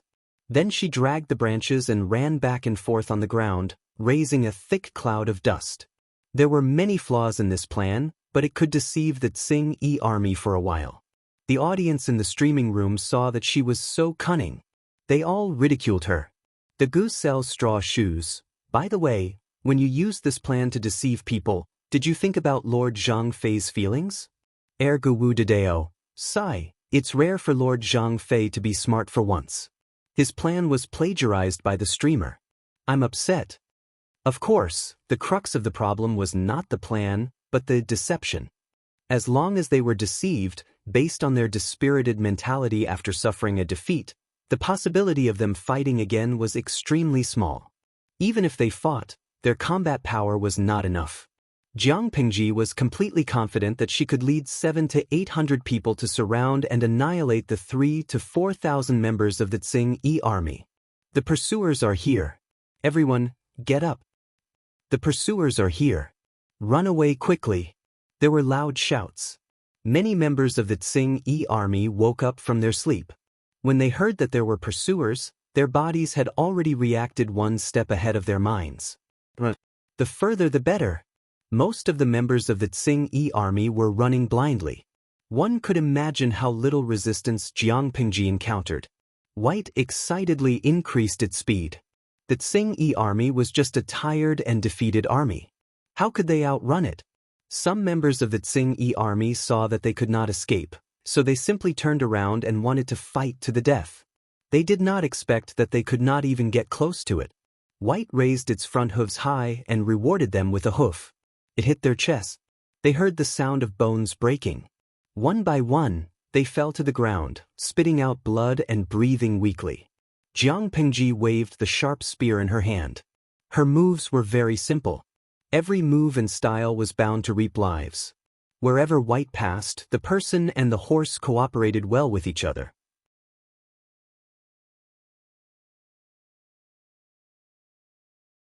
Chapter 529. Mr. Qiguan, we've really tried our best. The troops who were charging behind Jiang Pingji watched as their lord left in a cloud of dust. They could only eat dirt at the back. One could imagine the despair in their hearts. Qiguan Rang was left behind in Jiaoping district. He secretly instructed many troops to keep a close eye on their lord and not let her be too reckless. Even a few strategists could not stop their lord. How could a group of small soldiers like them keep a close eye on her? Killing could make people lose all rationality. The troops behind them were in high spirits. Only a few hundred of them could chase after thousands of members of the Tsing-Yi army and kill them. The latter only cared about fleeing in all directions. They could not organize any effective defense. No matter how the leaders threatened them, the members of the Tsing army only cared about running for their lives. Jiang Pengji looked at their performance and snorted contemptuously. Her hands did not stop moving. After killing for a while, there were hundreds of corpses along the way. White's fur was already scarlet. Jiang Pengji then shouted loudly, "Maolin district has already been conquered. You'll be throwing your lives away if you run back. Those who surrender will not be killed. Those who resist will be killed without mercy." What? Maolin district has already been conquered? Under the influence of the environment, the leaders of the Tsing army also knew that the situation was hopeless. If they did not escape, they would die. They broke into a run, but they did not expect that their old nest had already been destroyed. They were still thinking of going back to regroup and take revenge in the future. Now that they had lost their territory and foundation, how could they make a comeback? Disheartened, many members of the Tsing army gave up on escaping and resisting. There were still some who chose to continue struggling. At that moment, the members of the Tsing army who were running at the front heard a faint battle cry. They took a closer look and saw that the enemy troops were also charging towards them. There was a blockade in front and pursuers behind. The members of the Tsing army could not escape even if they had wings. In the blink of an eye, a glaring silver light flashed before their eyes. There was only a red bloodstain left between their brows. Fresh blood flowed out from the wound.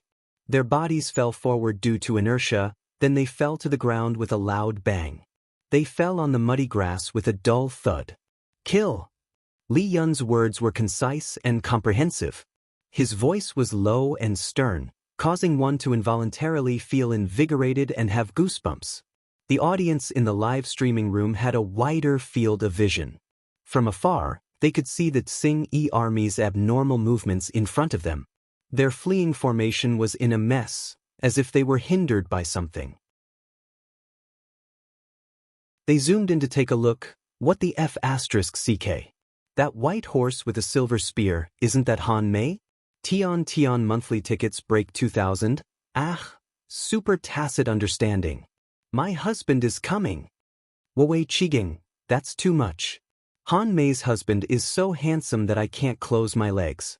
Han Mei on the battlefield can't get enough of him. Gossipy since I was young. That's right, that's right. Han Mei on the battlefield is like a Prince Charming. The screen is a little dirty. Let me lick it? No, speaking of which, why am I, a man, being smitten with another man here? Oh no, I feel like I'm done for. Yuan shrimp sticks. You vulgar people, am I the only one who noticed that Han Mei's horse doesn't have a stirrup? Herbivorous numbers, I despise the person above. We are vulgar, aren't you filthy? It's filthy. Ye Qingzhou. The newbie doesn't understand what's the joke about not having a stirrup. Tiantian Lingfeng. Come, I'll tell you what the joke is.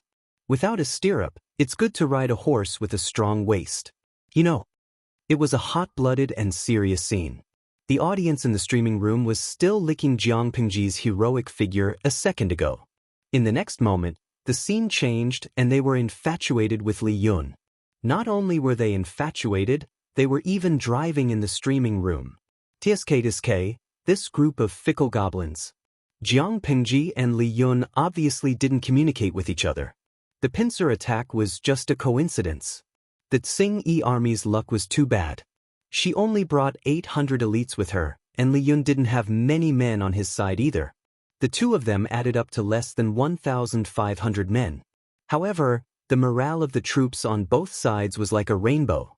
Even though they were on a long journey, under the influence and motivation of the battlefield's murderous atmosphere, everyone felt that their bodies had inexhaustible energy. Li Yun was fighting for a while when he noticed Jiang Pengji and her men chasing after the Tsing army. He was overjoyed. The Lord is just ahead. Let's go and support her. Meng Han and Su Ku stayed behind in Maolin district to prevent other forces from launching a sneak attack. Li Yun and Jiang Nongqin led a few hundred men to prepare for a sneak attack on the Tsing army's rear. However, they didn't expect their timing to be so coincidental. They just happened to bump into the Tsing army fleeing in all directions. Jiang Nongqin said in a hoarse voice, "Generals and soldiers, follow me to attack and support the Lord." Jiang Nongqin learned from Jiang Pingji and Meng Hun. She dismounted from her horse and used a short weapon, but she preferred to use a long spear when fighting on a horse. Due to the limitation of her strength, she also walked lightly and nimbly. She moved as soon as she touched the ground. As a result, the requirement of aiming the spear was stricter. Only by killing with one blow would her chances of survival on the battlefield be higher. Li Yun and Jiang Nongqin had fought several times. They had a tacit understanding. Both of them coordinated with each other and their lethality was stronger. He ordered the horse under him to gallop and turned his body to avoid the sneak arrows. "Looks like Xiangyang District and Maolin District are safe." Jiang Nongqin responded with a hum and didn't say anything else. Li Yun didn't mind her coldness, and the battlefield wasn't suitable for frequent communication. At this moment, he was deeply moved by the capabilities of the few masters.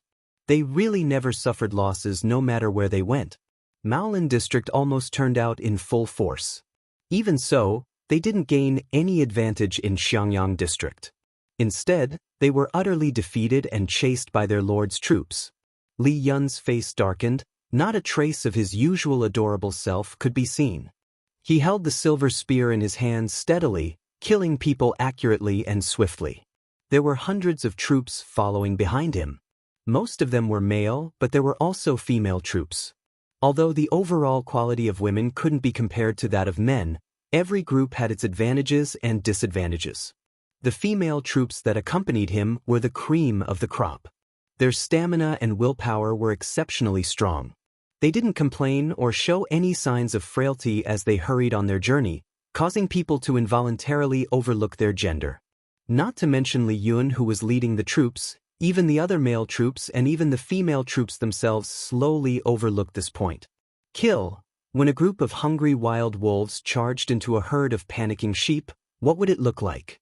The Tsing army saw that they had nowhere to run, so they could only brace themselves and face the enemy head-on.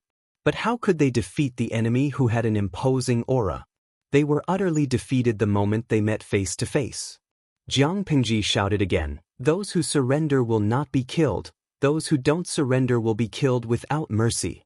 When she realized that Li Yun had led his troops over, Jiang Pingji knew that she had already occupied the entire Fenyi district. But apart from Xiangyang district, the other three districts were almost completely devoured by the Tsing army. The people had all left their homes. This meant that when Jiang Pingji rebuilt the three districts, she would have no one to use. Rather than killing the Tsing army in front of her, she might as well keep them as laborers.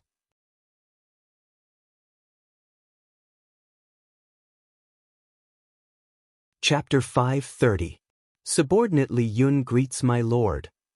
Subordinate Jiang Nongqin greets my lord.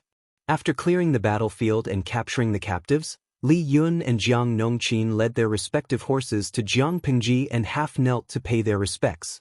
Jiang Pingji leaned against a withered tree on the open ground and held a weed in her mouth. She said, "Get up, sit down and rest." Li Yun was startled.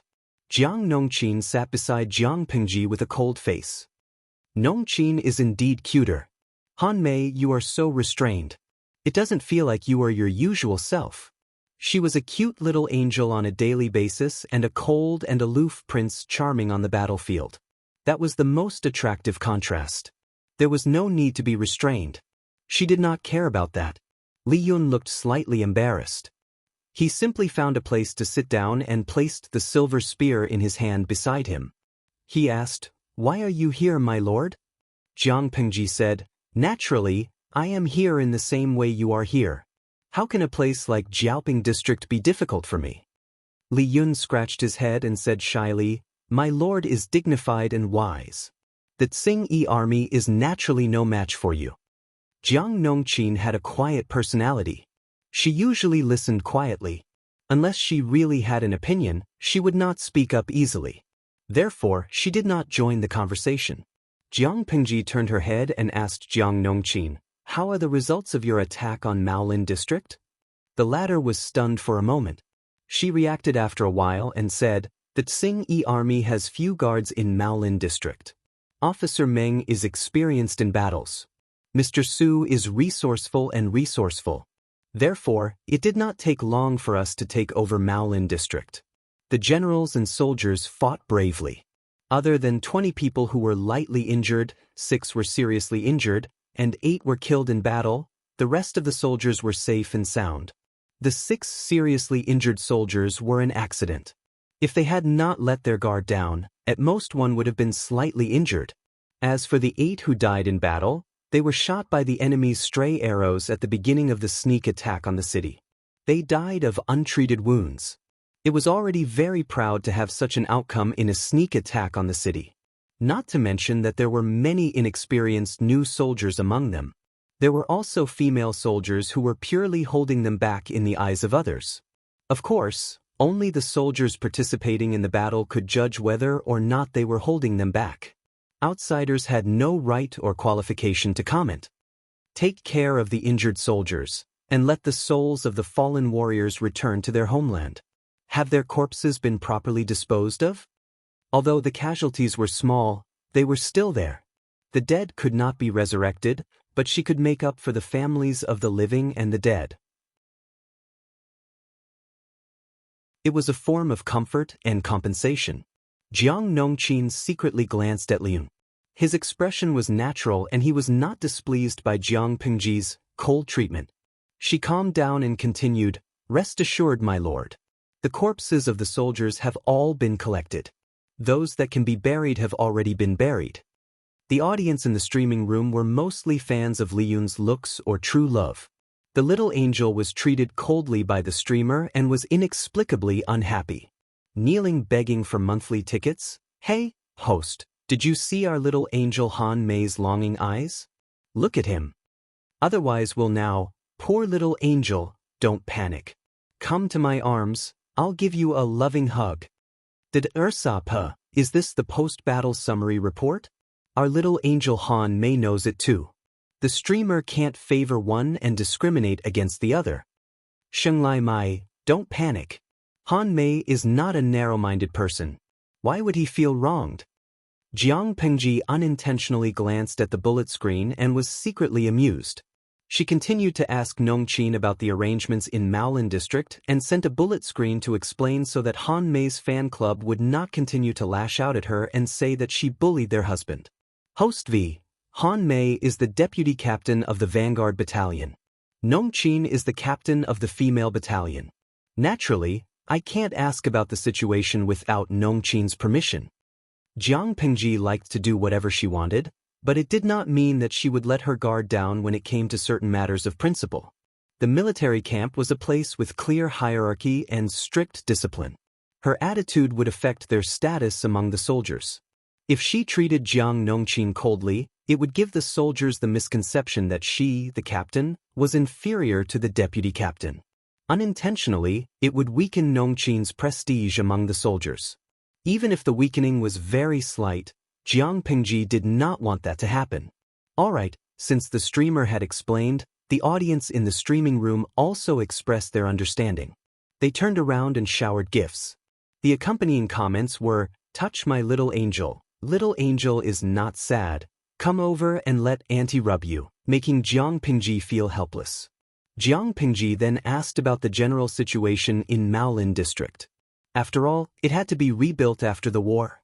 How could a place that had been ravaged by locusts like the Tsing-Yi army be prosperous? Jiang Pengji still used Xiangyang district as her base camp, but her influence had already spread to the whole of Fengyi County. Jiang Nongqin was a careful person. She did not expect Jiang Pengji to ask her, but she had made all the necessary preparations. Since the Lord valued her, she would naturally tell her everything she knew. She did not hold back and did not leave anything out. Jiang Pengji's brows furrowed imperceptibly. If the financial situation of the 3 districts was ranked, Chang'an district was the poorest, followed by Maolin district, and Jiaoping district was in the best condition. However, the situation of population loss in the 3 districts was similar. It was not to say that 9 out of 10 houses were empty, but it was sparsely populated. Forget it, rebuilding is not something that can be done in a day. Although there are fewer people, it is not a ghost town. The captives of the Tsing army can be used as laborers, which can relieve a lot of pressure. I'll ask Xiaoyu and the rest to put up notices to recruit laborers and slowly rebuild the 3 districts. There were benefits to having fewer people. Many houses and lands had become ownerless. She could use them to her heart's content to seek benefits. The larger Jiangpingji's territory was, the stronger her military force was. In the eyes of outsiders, her place was a paradise in a chaotic world. When the time came, it was unknown how many people and wealthy merchants would be attracted to seek refuge. Well, think about the houses in Xiangyang district. The prices had gone from being worthless to increasing every day. Recently, wealthy merchants had sent their servants to inquire. The land and house deeds were all in Jiang Pingji's hands. She was still unwilling to let them go. It was too much of a loss to sell them now. When Fengyi County was completely stabilized, these houses could only be sold at the proper price. However, her military force was only about 10,000 people. If they were spread out and scattered across the 4 districts, it was really a stretch. It was imperative to recruit soldiers and expand the military force. During the early stages of rebuilding, it was probably the most dangerous time for Jiang Pingji's power. The territory was too big and the military force was too scattered. If they were caught by the enemy, they might be overturned. However, she believed that her strategists were smart people. Even if she did not send any instructions, they would know what to do during this period of time. Facts proved that whether it was Jiaoping District's Qiguanrang, Qingan District's Wei Ci, or Maolin District's Suku, they were all great teammates. Having just conquered the 3 districts, the 3 of them coincidentally recruited usable laborers. On the other hand, they had to think of a way to make the 1,000 or 2,000 troops look like 10,000 people. They had to strengthen the patrols and throw smoke bombs to confuse the possible enemies so that they would not dare to act rashly. Xiangyang District had won 2 consecutive battles, which could more or less deter the enemies who coveted it.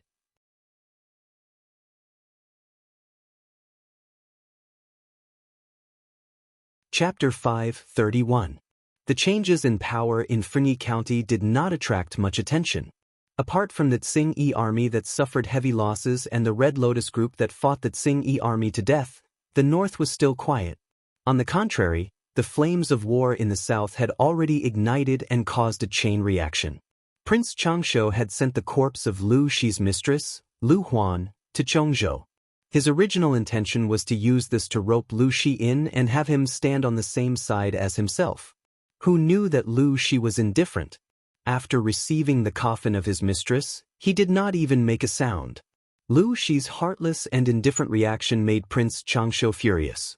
Not only did the hatred in his heart deepen, but he also remembered Lu Shi. However, he could not do anything to Lu Shi for the time being. He could only wait for him to ascend the throne before settling the score.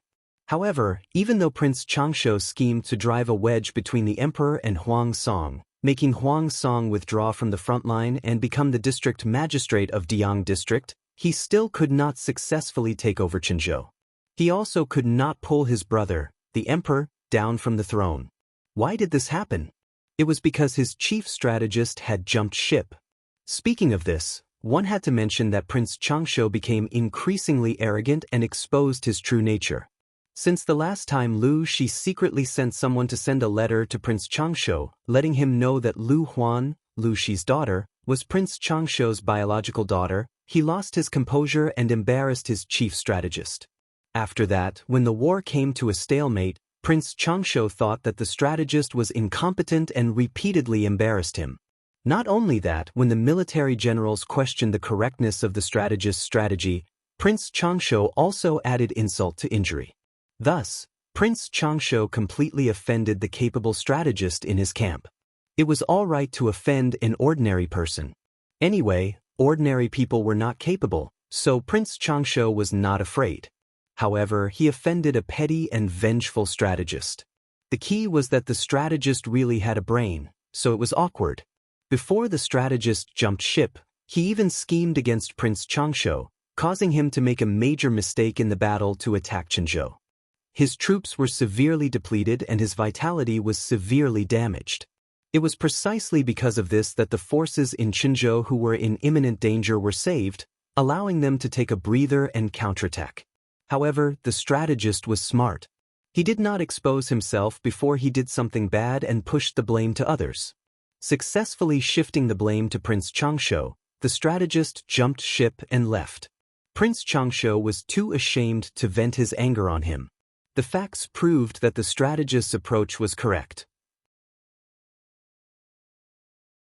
Prince Changshu's front line failed. He was about to break through Qinzhou's defense line and deploy his troops to the new capital, but he made a huge mistake, causing half of his elite troops to be devoured by Qinzhou, causing him to suffer a great loss. In this short period of time, he could only look at Qinzhou helplessly, unable to deal a devastating blow to Qinzhou. After losing the battle, Prince Changshu thought of this adorable strategist and randomly sent a small soldier to call him over. The tent was empty. The strategist had already packed his bags and left. Before he left, he even left a letter. The content of the letter was naturally not something like, "I'm leaving, you heartless man. You've betrayed my trust, I don't want to be with you anymore," or something like that. Instead, it was a tearful complaint about his sick mother at home and that she would die soon. As a filial son, he wanted to go home to serve his mother and send her off. Reading this letter that was filled with sorrow and filial piety, Prince Changshu could not vent his anger no matter how angry he was, not to mention that he was the one in the wrong. He treated the strategist coldly and did not even know that the strategist's mother was seriously ill. Now that the strategist had left to be filial to his mother, Prince Changshu felt that he should send him some generous gifts to express his sincerity. At this moment, Prince Changshu still did not know that his strategist had not left temporarily. He had gone far away. Even his defeat at the front line was caused by the strategist. It was fine if he did not know the truth, but when he knew, he would probably have the urge to eat him alive. Prince Changshu did not think of chasing him back. Firstly, he would lose face. After losing the battle, he hurriedly went to find the strategist he had been cold to for a long time, as if he could not leave him. How could he put his face? Secondly, he had a lot of talents under him. Did he lack this one? Naturally, he did not lack one. Therefore, it was fine for him to be filial to his mother. When he returned after the filial piety, his status would be even lower. Prince Changshu casually threw the bamboo slip letter aside, then ordered his men to summon the other strategists to prepare to discuss the follow-up matters. What about the strategist who had quietly left for 3 days? He had already left with his page boy and half a carriage of books. These books were all copied by him using the bamboo paper provided by Prince Changshu. Although it was only half a carriage and could only hold 1 or 2 boxes, if it was made into bamboo slips, it would probably not even be enough to fill 20 carriages. Although Prince Changshu was not a good person when he was good to people, he was really good. Knowing that this chief strategist liked to read, he tried his best to cater to his interests and gave him all kinds of precious books. This strategist also saw through Prince Changshu's nature. He knew that he would not be under Prince Changshu for long, so wouldn't he copy as much as he could? The page boy who was driving the carriage asked, "Sir, where are we going now?" The strategist studied in the carriage and said casually, "Anywhere is fine, but not in the south." The south was the battlefield between Prince Changshu and the Dongqing royal family. Now that Prince Changshu's vitality was greatly damaged, his original advantage was reduced to dust, causing the two forces to return to the starting line. They still had a lot to grind. If he continued to stay in the south, what if he accidentally encountered Prince Changshu's forces? Yes, the strategist's so-called old mother is seriously ill was just an excuse. In fact, he did not even know who his biological mother was. He grew up with the help of his teachers. According to his teachers, his biological mother might be a prostitute because he was found in that place. The swaddling clothes he was wrapped in were considered rich, unlike a child from a poor family. However, this was old history that did not need to be investigated. The strategist did not care at all. The page boy had a bitter face. He said while driving the carriage, "There has to be a place. We can't just run away in fear, can we? The world is so chaotic now. I heard that after Nanxing was destroyed, it was a mess. The feudal lords rose and Dongqing was also in chaos. It's easy to get into trouble if you run around blindly. The strategist lifted the curtain impatiently and said with a frown, "In the past, I've always said that I'm long-winded and meddlesome. Now that it's your turn to be in charge, why are you blaming me? I'll let you make the decision. You can run wherever you want to run?" The page boy's face grew bitter. How could there be such a stubborn and difficult teacher? After thinking for a while, he said, "Sir, didn't you admire that person called Huang? I heard that he was demoted to Diyang district. I remember that Diyang district is in Maota County of Haozhou. It's close to the north, far away from the center of the war in the south and out of reach of the war in the north. Let's go there." The strategist rolled the book in his hand and gently knocked the back of the page boy's head.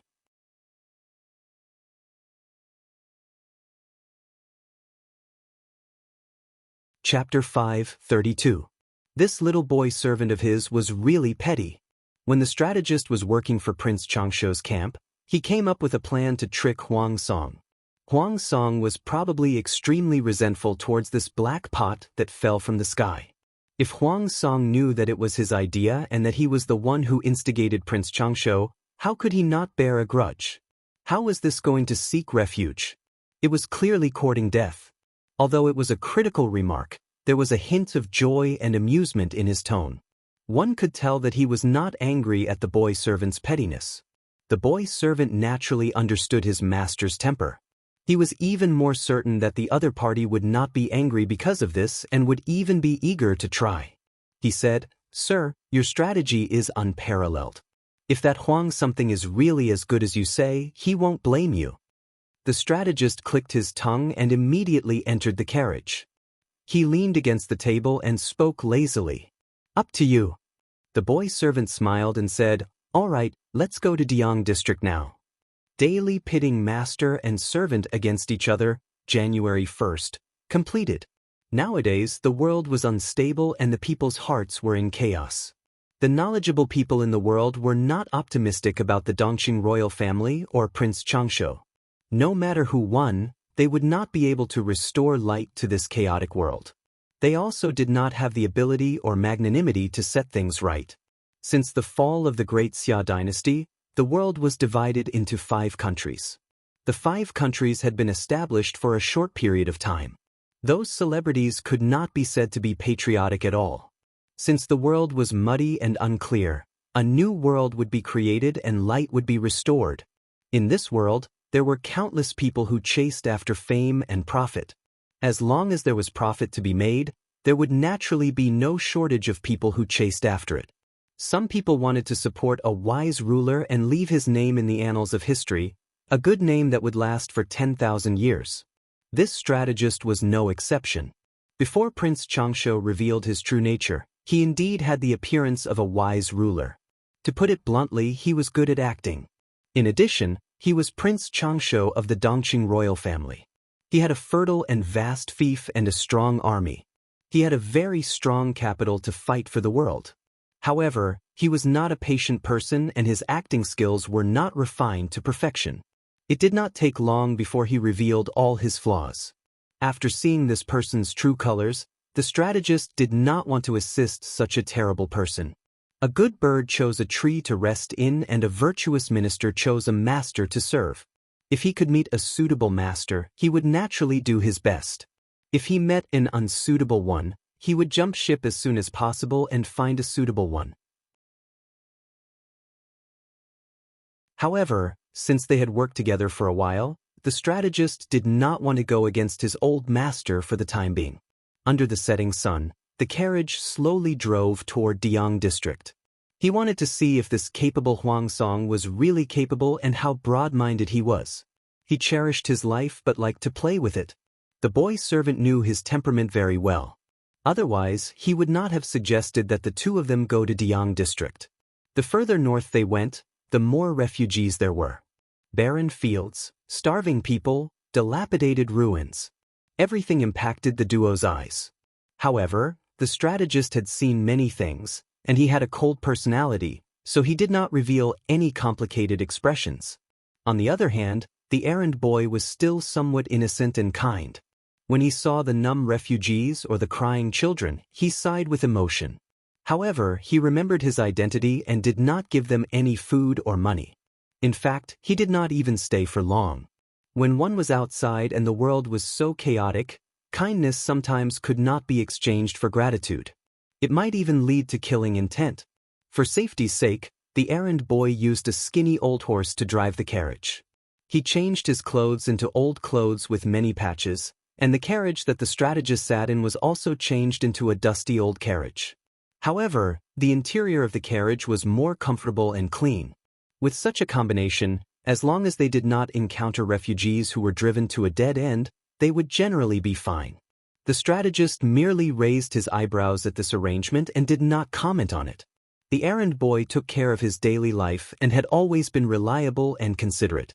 He washed, cooked, sewed, drove, repaired, and survived in the wild. As long as he had this little errand boy with him, he did not have to worry about his life being uncomfortable. Even if he was thrown on an uninhabited deserted island, he would still be able to live comfortably. "Sir, in this current world, when do you think it will be peaceful?" The errand boy was still in his 20s. His hair was tied up in a small bun. Coupled with his chubby little face, he looked even younger. The strategist answered without raising his head, "I'm not a god. How would I know these things?" The errand boy said, "But aren't you determined to assist a wise ruler to help the common people in the world? The person you chose should be able to do this." The strategist bought this errand boy from a starving refugee for only a dozen copper coins. It was originally just a moment of kindness, but he did not expect the errand boy to have a pure heart and was very grateful to others. The strategist simply raised him as a younger brother. However, it seemed that he had raised him too much, causing the errand boy to have extra confidence and admiration for him. Who knows?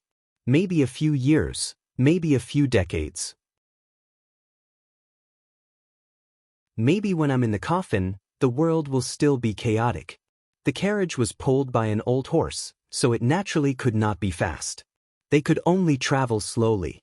After traveling for a few days, the master and servant ordered a big bowl of tea in a shabby tea house.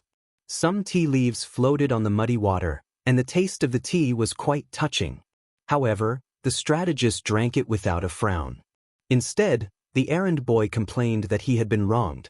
The master and servant dressed low-key, looking like a poor family. While they were drinking tea, they heard someone talking about Fengyi County. "Have you heard that the damned Xingyi bastards in Fengyi County have been chased out? Who is so powerful? I heard that even the county chief of Fengyi County wagged his tail at the Xingyi army. Someone actually chased them out.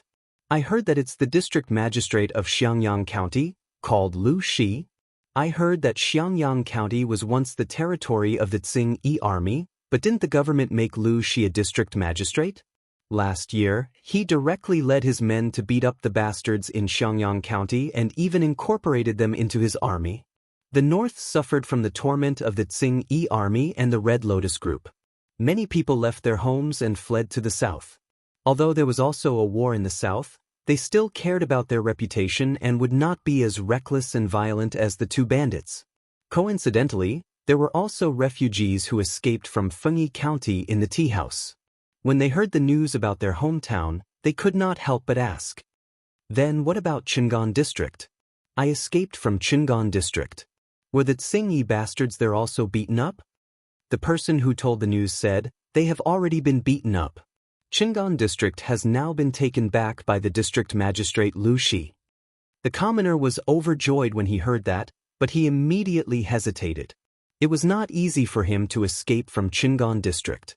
Who knew what would happen in the future? If he went back rashly, he might even lose his life. Someone saw through his thoughts and said, "Tisk, you're hesitating. I want to go there and find a job. Unfortunately, my wife and I don't allow it. They say it's a long journey and it would be bad if something happens to me on the way. They insist on stopping me from going. But it's good to stay here. Although this place was poor, at least there was no war. At most, the place was a little remote and life was a little tough." The person looked around and asked the people who heard the news, "Do you know what kind of place Xiangyang County is?"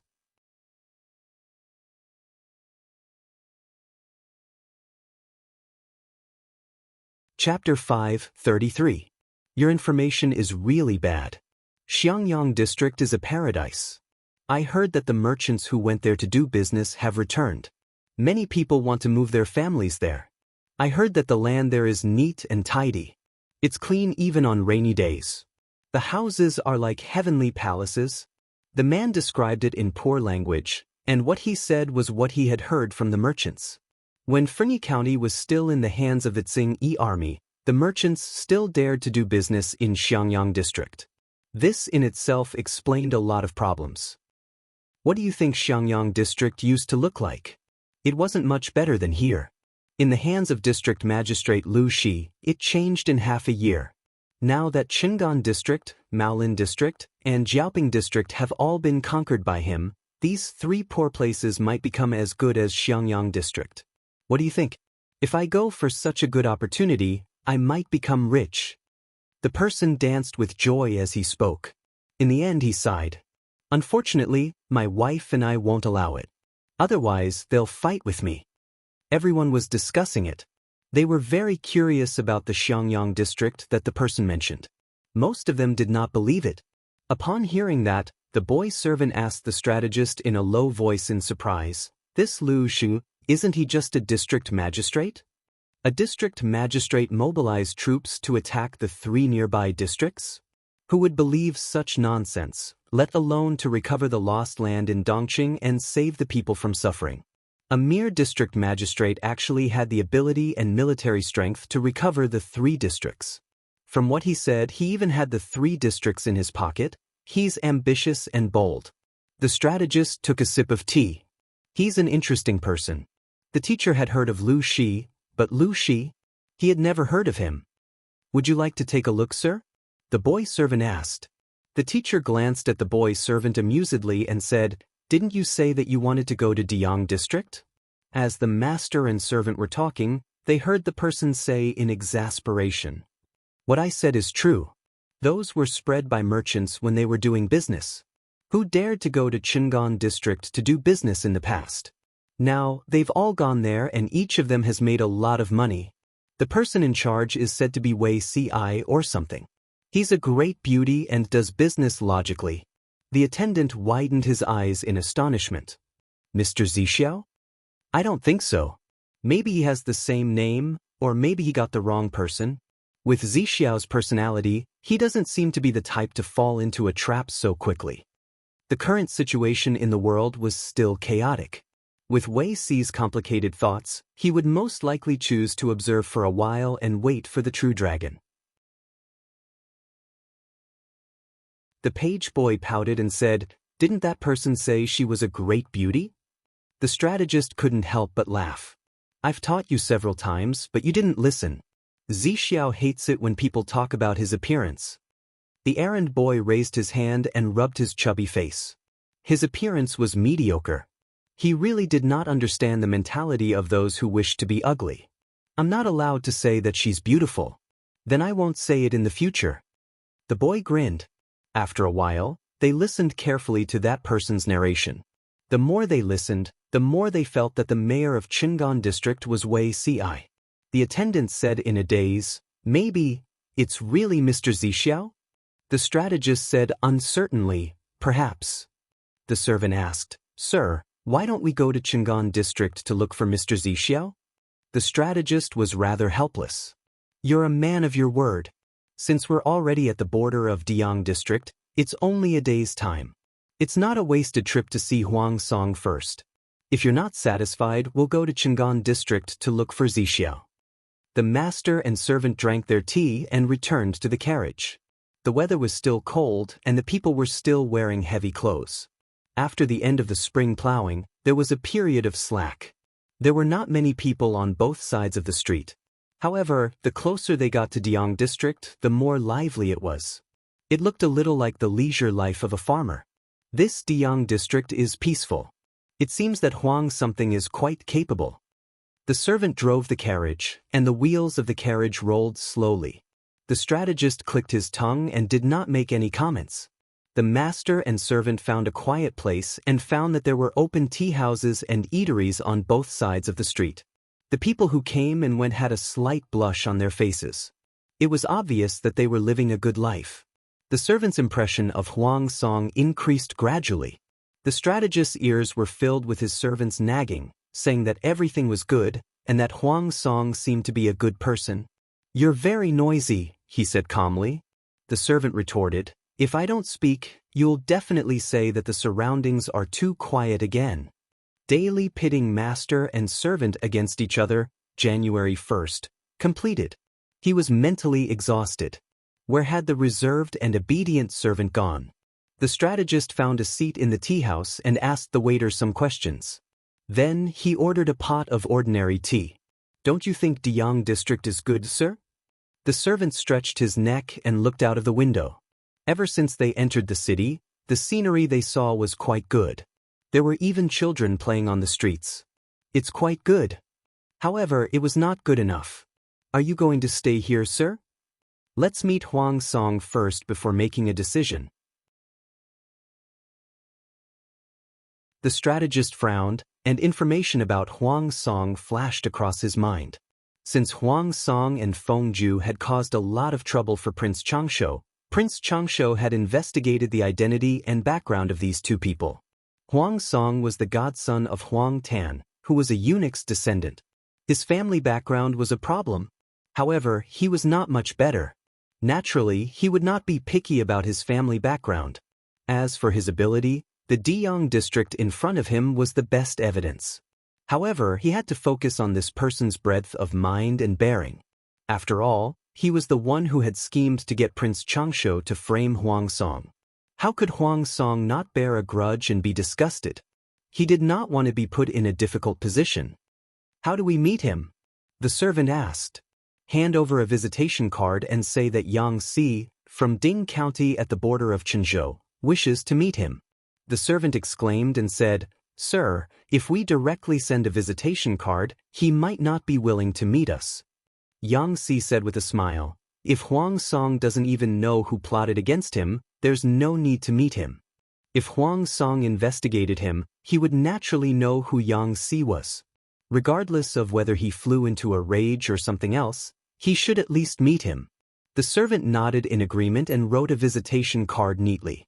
When the gatekeeper saw that the servant was dressed in rags and had countless patches on his clothes, he felt disdain in his heart. He took the visitation card unhappily. Without looking at the contents, the gatekeeper took it directly into the mansion. He did not put the card at the top. Instead, he squeezed it to the bottom. The visitation cards placed at the top were all from important people. After waiting for 3 days, there was still no news. Yang Si asked the servant to describe the situation that day in detail, and the servant said it aggrievedly. "How would he pay attention to you when you were wearing a set of patched clothes? I'm afraid this card won't even reach that person's table. Forget it, forget it. If we can't meet, then we can't meet. Pack up, let's set off to find Zixiao. That person still owes your master a few strings of money. He hasn't paid for a few years. This time we must get it back." Yang Si did not have any reluctance to leave, so he asked the servant to pack up and leave. The servant pulled the rug from under his feet. "It's not that Mr. Zixiao owes you. It's clearly that you compounded the interest from a penny of buns to a few strings of money." Yang Si turned his head and scolded him softly, "No one will think you're mute if you don't speak." After the master and servant had been on the road for half a day, Feng Ju, who was already crazy busy, inadvertently flipped through the pile of visitation cards on Huang Song's table.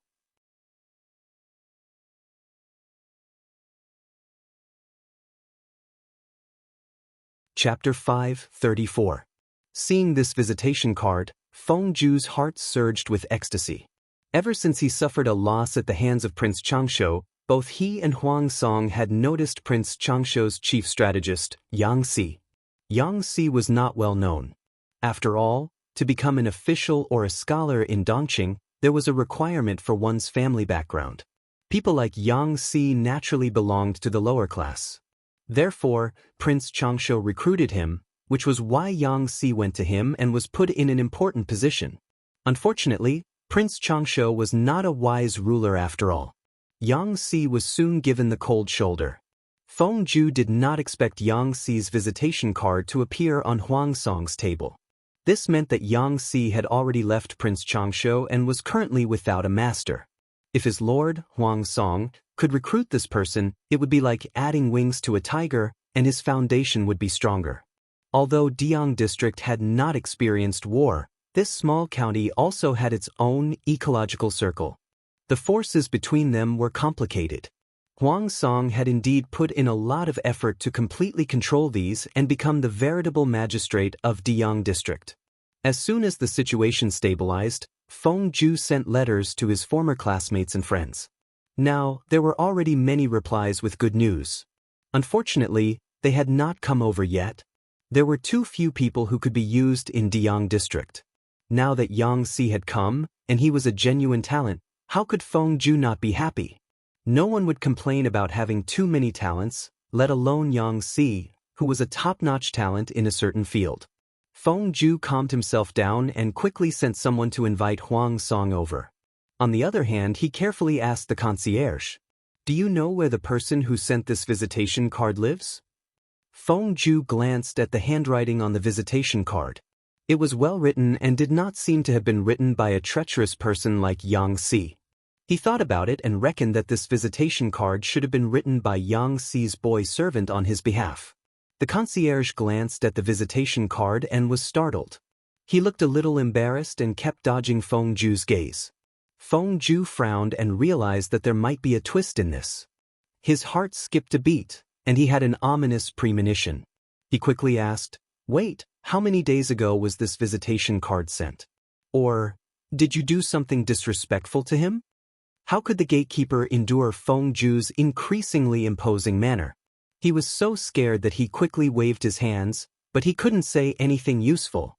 The more Feng Zhu looked, the more he felt that things were getting worse. He slammed his palm on the table, making a thunderous sound that made the gatekeeper's heart tremble. He said, "Tell me the truth, don't hide anything." The gatekeeper was so scared that he was trembling all over. Cold sweat flowed down his back in no time, drenching his clothes. He closed his eyes and accepted his fate. This card was sent here 3 days ago. I didn't disrespect that person. 3 days ago? Feng Zhu widened his eyes and stared at the gatekeeper. His heart was burning with anger, and his right hand was clenched into a fist to prevent himself from losing his composure. "Tell me everything that happened that day in detail, word for word. Otherwise, you know the consequences." Feng Zhu suppressed the raging anger in his heart and said to the gatekeeper, "Do you know what a big mistake you've made? I hope I can make up for my mistakes. Otherwise..." In fact, even if the gatekeeper didn't say it in detail, Feng Zhu could guess some of it. He was just flipping through the visitation card out of boredom. This card was placed at the bottom, but according to Huang Song's serious attitude in dealing with official affairs, it was impossible for him to pile up official duties. The only possibility was that the gatekeeper had made the decision to place this visitation card at the bottom. The gatekeeper knelt on the ground. When had he ever seen Feng Zhu speak so harshly? In the past, this noble young master had always been gentle and dignified, with a lazy smile on his face. He treated people very well and didn't put on airs. Now, he suddenly showed his imposing manner as a son of an aristocratic family. The gatekeeper was so frightened that he naturally said whatever he wanted to say. As soon as he finished speaking, Huang Song came in from the outside sleepily. Seeing the gatekeeper kneeling on the ground and trembling like a sieve, Feng Zhu was still angry. He said, "Brother Zhu, what big mistake did this little gatekeeper make to make you so angry? Don't be angry, I'll settle the score for you." Even though Feng Zhu was full of anger, in the face of Huang Song's mischievous attitude, he suddenly couldn't get angry. He threw the visitation card in his hand into Huang Song's arms, pointed to the gatekeeper and said, "Take a look yourself. This wicked servant has ruined a lot of things." Huang Song was surprised. He had known Feng Zhu for so long, and this person had rarely been angry. Once he was really angry, it was definitely not a small matter. Thinking of this, Huang Song quickly opened the visitation card. When he saw the name inscribed, his whole face twitched. The culprit who had once pulled him down from the position of colonel had actually come to send a visitation card? This feeling was really dreamy. However, Huang Song immediately realized that this was a good opportunity to recruit talents. Although he had many useful people under him, most of them were relatively mediocre, and top-notch talents were still scarce. Feng Ju had already written to his classmates and friends, but only a few of them replied affirmatively. Most of the others were taking a wait-and-see attitude. Of those who were willing to come, which one of them didn't come because of Feng Ju, Huang Song's favor of saving people during the earthquake in Dongqing, and the good reputation he had accumulated during the battle in Chenzhou?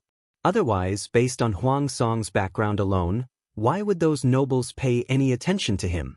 It wasn't that they looked down on Huang Song because of his background, it was just that Huang Song wasn't strong enough for people to ignore his background.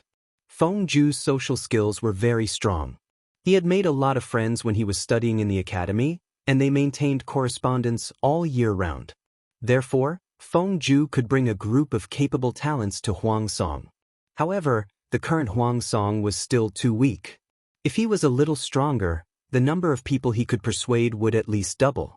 This Yang Si was the first talent who took the initiative to come to him. It was of great significance. Huang Song quickly asked the gatekeeper, "Where's the person who sent the visitation card?" The gatekeeper said with a bitter face, "I only know that they are staying at a guest house in the city, but it's been 3 days. I don't know if they're still there." 3 days had passed? Huang Song looked at the visitation card in surprise, then looked at the gatekeeper, and then looked at Feng Ju, who was still angry. Well, he could understand why Feng Ju was so angry. Feng Ju's temper was still good, and he always maintained the reserved demeanor of a son of an aristocratic family. If it were Huang Song, he would have kicked the gatekeeper to vent his anger.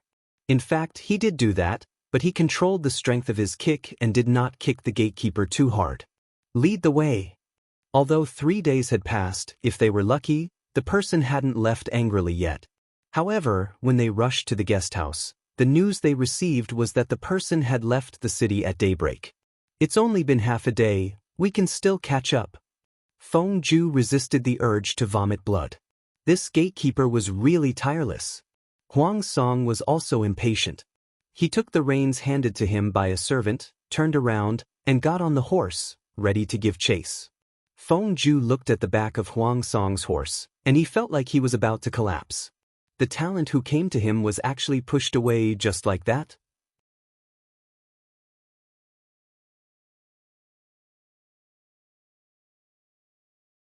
Chapter 5:35.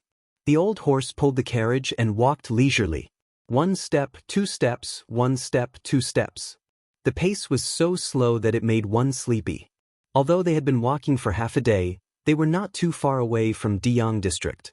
The boy servant sat outside the carriage and muttered, "Sir, what if the person in charge of Qingan district isn't Mr. Zixiao?" the boy servant asked worriedly. Yang Si lifted the curtains on both sides and rolled up a book in his hands. The handwriting on it was delicate and powerful. Although it was not the work of a master, one could see the foundation of the handwriting.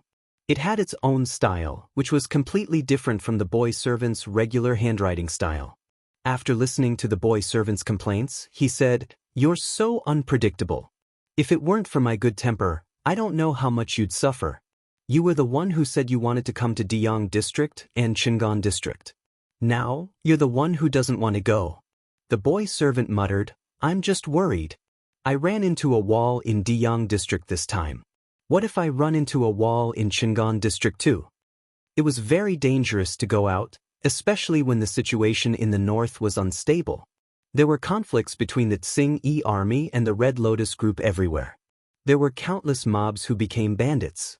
The master and servant could arrive in Diyang district safely, but it did not mean that they could arrive in Qingan district safely. Yang Si said, "You're worrying too much. Instead of worrying unnecessarily here, why don't you think about what to eat for lunch today?"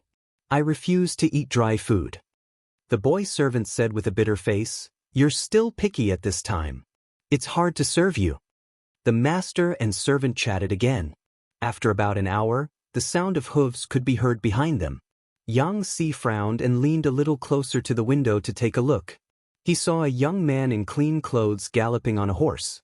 From his appearance, he should be the son of a wealthy family, but at this moment, it was as if his buttocks were on fire, and he had an anxious expression on his face. Huang Song saw the carriage in front of him moving slowly. He suddenly pulled the reins and saw a thin man sitting inside through the window. His cheeks were a little plump, and his eyes were gentle. His eyes were like dark, deep pools, and his lips were naturally upturned. No matter from which angle one looked at him, he was an amiable man. He was far too different from the Yang Si in Huang Song's imagination. When he saw the young attendant sitting outside the carriage, dressed in old clothes full of colorful patches, he stared at him with wide eyes. "Hero, what do you want to do?" The servant looked at the other party in panic and tightened his grip on the horsewhip in his hand. When Huang Song saw the page boy, he couldn't help but think of what the gatekeeper had said. His eyes lit up as he looked at Yang Si in the carriage. He cupped his fists, composed himself, and asked, "Sir, are you Yang Si, Mr. Yang of Jiangding County?" The attendant looked a little surprised. Unfortunately, Huang Song's attention was on Yang Si and he did not notice this detail. Yang Si put down the book in his hand, lowered his eyelids, and said with a natural expression, "My surname is Zhao. You've got the wrong person." Huang Song was disappointed. Then he apologized to Yang Si, waved his whip, and continued on his way. When he was out of sight, the page boy asked in a low voice, "Sir, that was—" Yang Si said with certainty, "Huang Song." The page boy was delighted, but he immediately withered. "Sir, why did you say that you're not him?" Yang Si said, "I'm not satisfied. This person is still too young and impulsive. I'm an old man who can't stand being tossed around." The page boy did not ask any more questions. If his master was not satisfied, then it was definitely not good. In fact, Yang Si was very satisfied with Huang Song's behavior of chasing after him. If Huang Song became more stable and mature in a few years, Yang Si felt that this person was indeed worth a try. He was able to disregard the past grudges and chase after him all the way. Just this action alone was more than 10 times better than Prince Changshu. Yang Si said, "Wait a few more years. This person might be a hidden dragon. Let's go to Qingan district to find Zixiao to collect our debt and freeload for a few years. If Huang Song doesn't become crooked, we'll make another trip to Diang district." Even if he left the mountain to look for a wise master, this was also about timing. He was indeed very satisfied with Huang Song. However, the timing was not right now. Naturally, Yang Si would not go back to him. The page boy was almost confused by his master, but he only needed to follow orders. Huang Song rode the horse and searched for an entire afternoon. There was no one who matched Yang Si and his servant on the road. When he thought about it again, he was immediately annoyed. That pair of master and servant was definitely Yang Si and his servant. When Feng Ju saw Huang Song return with a disappointed face, he asked about the situation and knew why Huang Song did not stop them. He sighed and said, "I'm afraid that Yang Si is angry."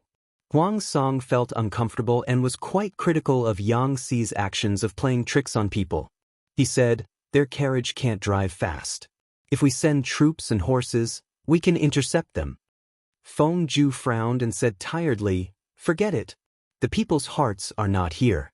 What's the use of stopping them?" If the concierge had not caused trouble, Yang Si would have been taken in.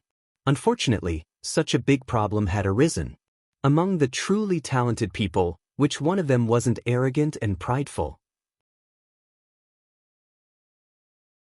After being treated coldly for 3 days, Feng Ju would feel angry even if he were in Huang Song's shoes, let alone Yang Si, who had some grudges with Huang Song. Since Feng Ju had said so, Huang Song could only give up dejectedly. On the way north, the number of refugees they saw increased several times, but there was no despair or numbness on their faces. This surprised the page boy and Yang Si. After asking carefully, they found out that these refugees were rushing to Qingan district, Maolin district, and Jiaoping district. They're recruiting people there now. 3 meals a day will be provided. At least they won't starve there. I heard that if they do well, they can even be promoted and rewarded. In the future, if they settle down in the county town, they can even get their own land and rent a house in the county town. Many refugees talked about this. In addition to some doubts, they were more hopeful about their future lives. Yang Si and his servants slowly rushed to Chang'an district. From afar, they could see people working on the city wall. Even though it had been more than a month, they could still tell from the traces on the city wall that the tragedy of the siege had been. The page boy could not understand, but Yang Si found a way. There were many refugees waiting outside the city. There were 2 roads to enter the city. One was for the people in the city to enter and exit, and the other was for the refugees. The current Chang'an district was like a dance on the tip of a knife. Every step was extremely dangerous. The guards in the city were not as strong as what outsiders saw. If there were people with bad intentions among the refugees, they might cause trouble. Therefore, the screening of refugees entering the city was extremely strict. Even if they were refugees, the people in charge of the inspection were divided into 2 groups. One group was men, and the other group was women. The refugees had to queue up and be divided into 2 groups according to their gender for inspection, registration, and review. The page boy did not go to the group of refugees. Instead, he went to the tall city gate that was wide open. As expected, they were stopped. The page boy said, "My teacher and I are not refugees. We're here to look for someone." The guards at the city gate asked, "Looking for someone?" The page boy said politely, "The manager of Chang'an district, Wei Ci, Mr. Wei Zixiao."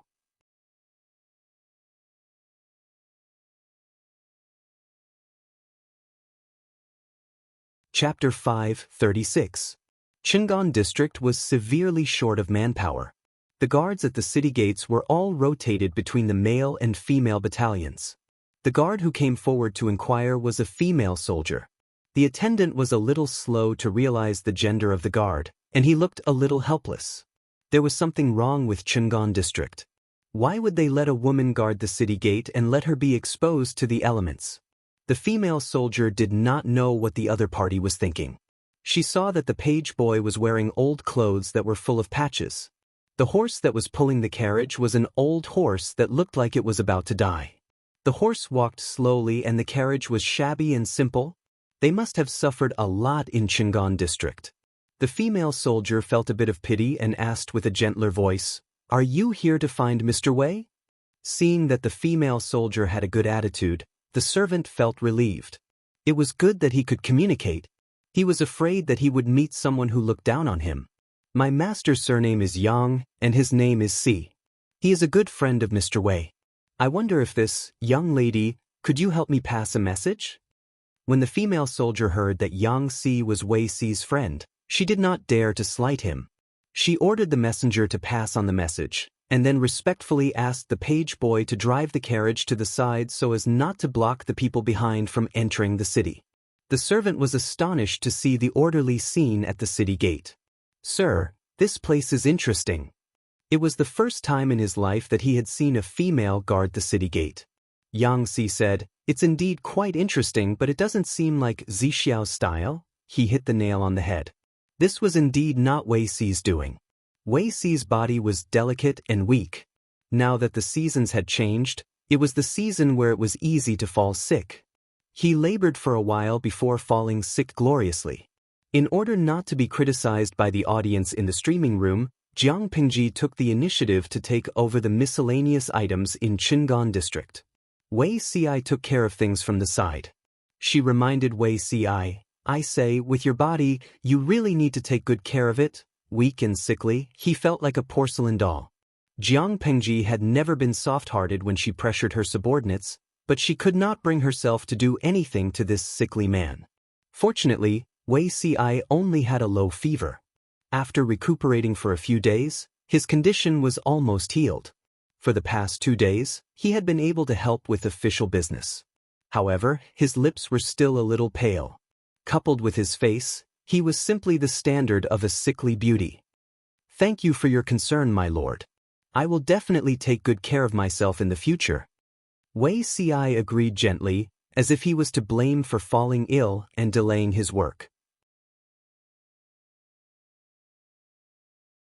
She was so considerate that the audience in the streaming room couldn't help it.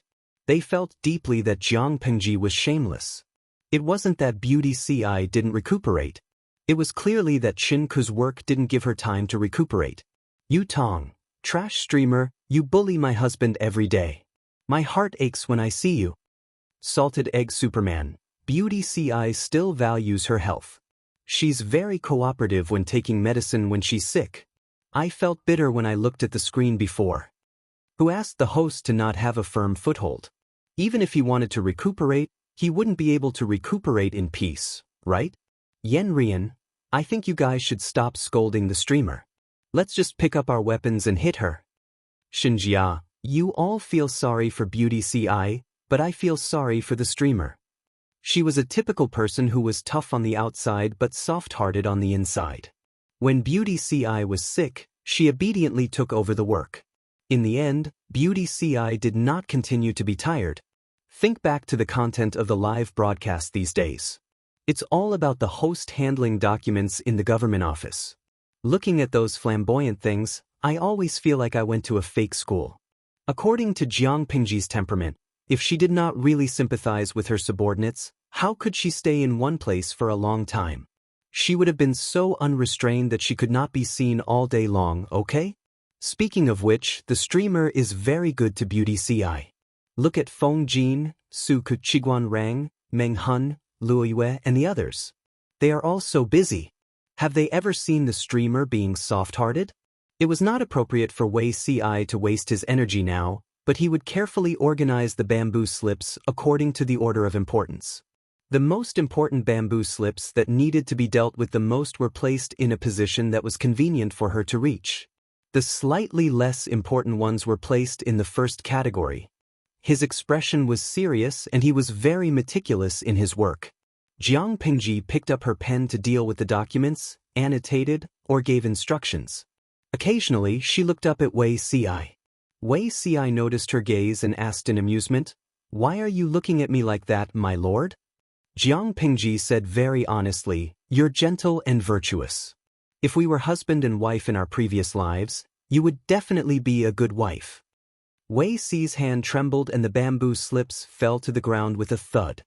He raised his hand to pick them up, but he accidentally touched the table. The bamboo slips that had been piled high fell into a pile. His face was pale and he lowered his head. He quickly picked up the bamboo slips and put them back in their original places.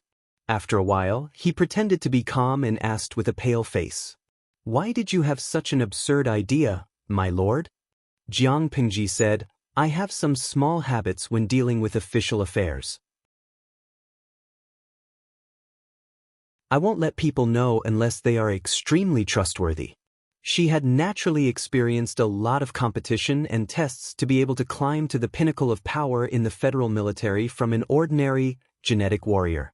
Not only did she have to guard against external enemies, but she also had to pay attention to internal abnormalities. Under such circumstances, how could her vigilance be weak? Wei Ci was quite familiar with Jiang Pengji's habits. If he had not spent a long time with her, it would have been impossible for him to know that. She had tested him a few times in the past.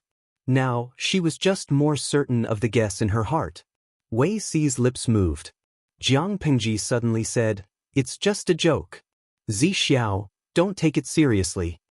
He only felt that his palms were soaked with cold sweat. The atmosphere in the government office was quite cold. At that moment, the arrival of the messenger broke the deadlock. Wei Ci secretly heaved a sigh of relief. He couldn't wait to get up and ask the messenger. His back view made it seem like he was fleeing.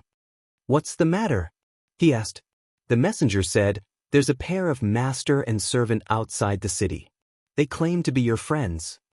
After Qingan district was conquered, Wei Ci drafted several letters, intending to lure a few friends over. However, he had been too busy recently and had a minor illness. The letters had not been sent yet. "Who is it?"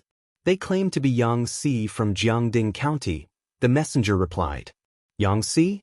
Wei Ci's mind went blank for a second. Jiang Pengji's ears were very sharp. She asked, "Zi Xiao's friend is here?"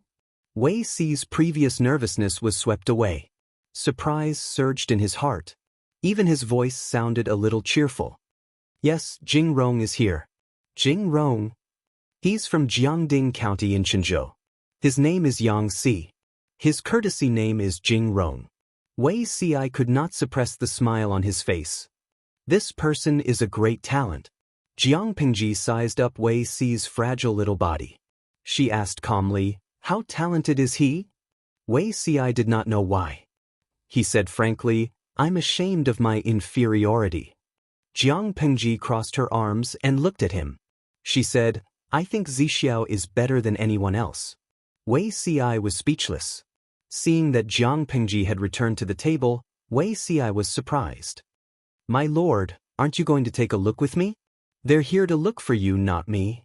Why should I join in the fun? It might cause a misunderstanding.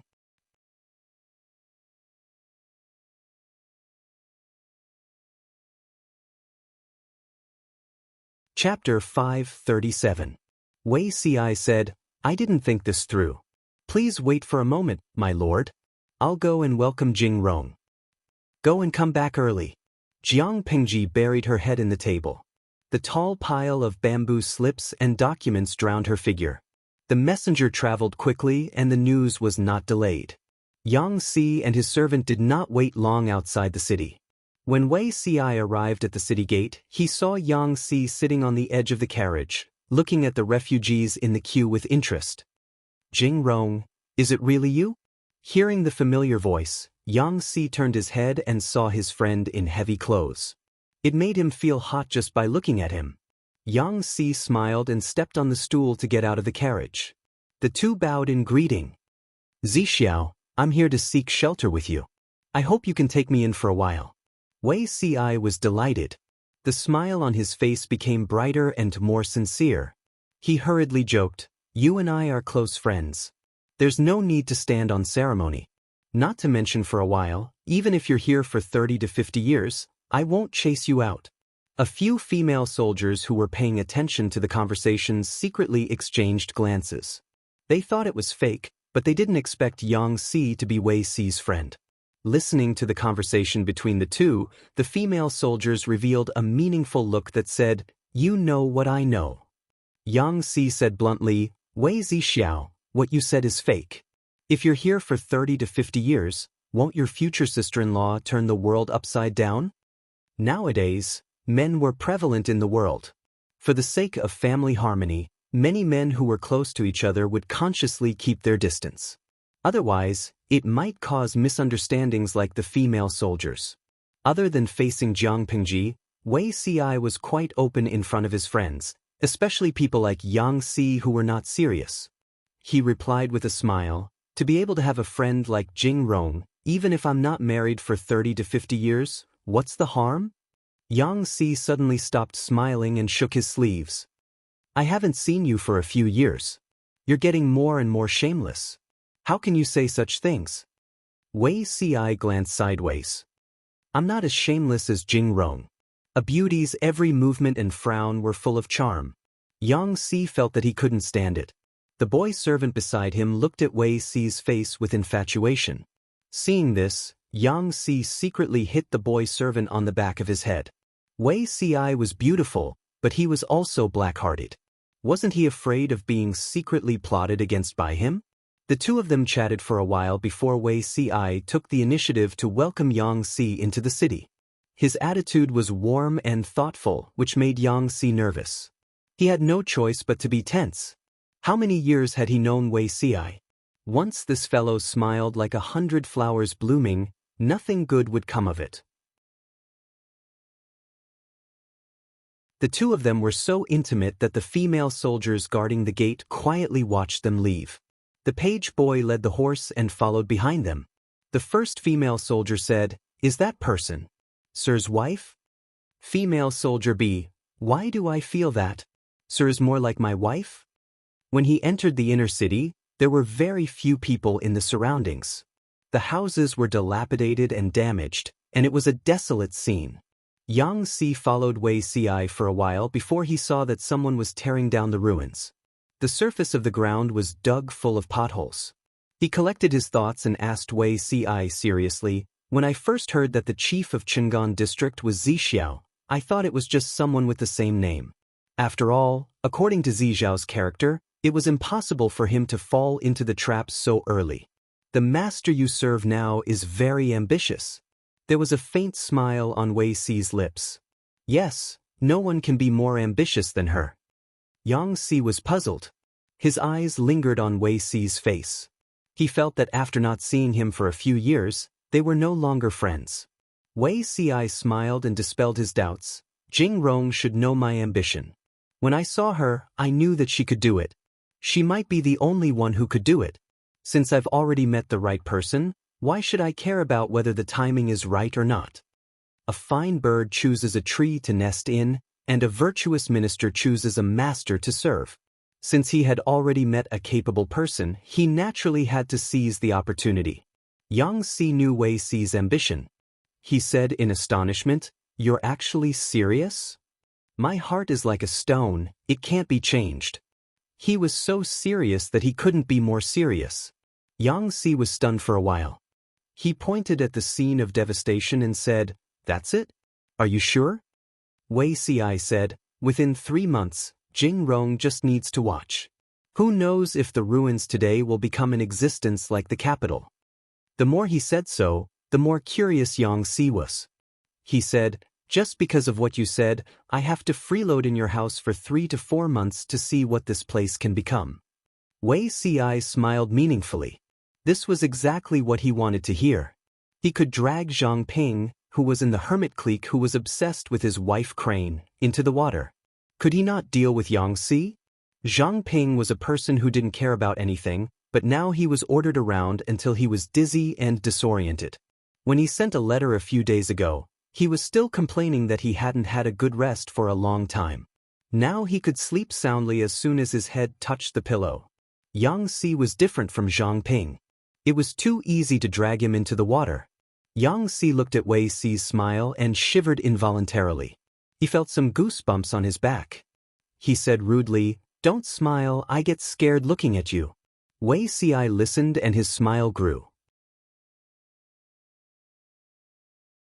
The pressure of the government office was basically piled on Jiang Pingji. Wei Si, a patient who had just recovered from a minor illness, did not need to do much work. There were not many places to live in the district, and it was a comprehensive renovation. Wei Si's residence was arranged to be in a house near the district headquarters. It was said that the previous owner of the house was a wealthy businessman. Later, his entire family was destroyed by the Qing army. It was an ownerless property and was taken over by the public. Wei Si brought Yang Si and his servant into his house. He did not deliberately ask about their purpose in coming to Qingan district. It was just a normal visit. He understood Yang Si. This person's style of doing things or planning was like a poisonous snake.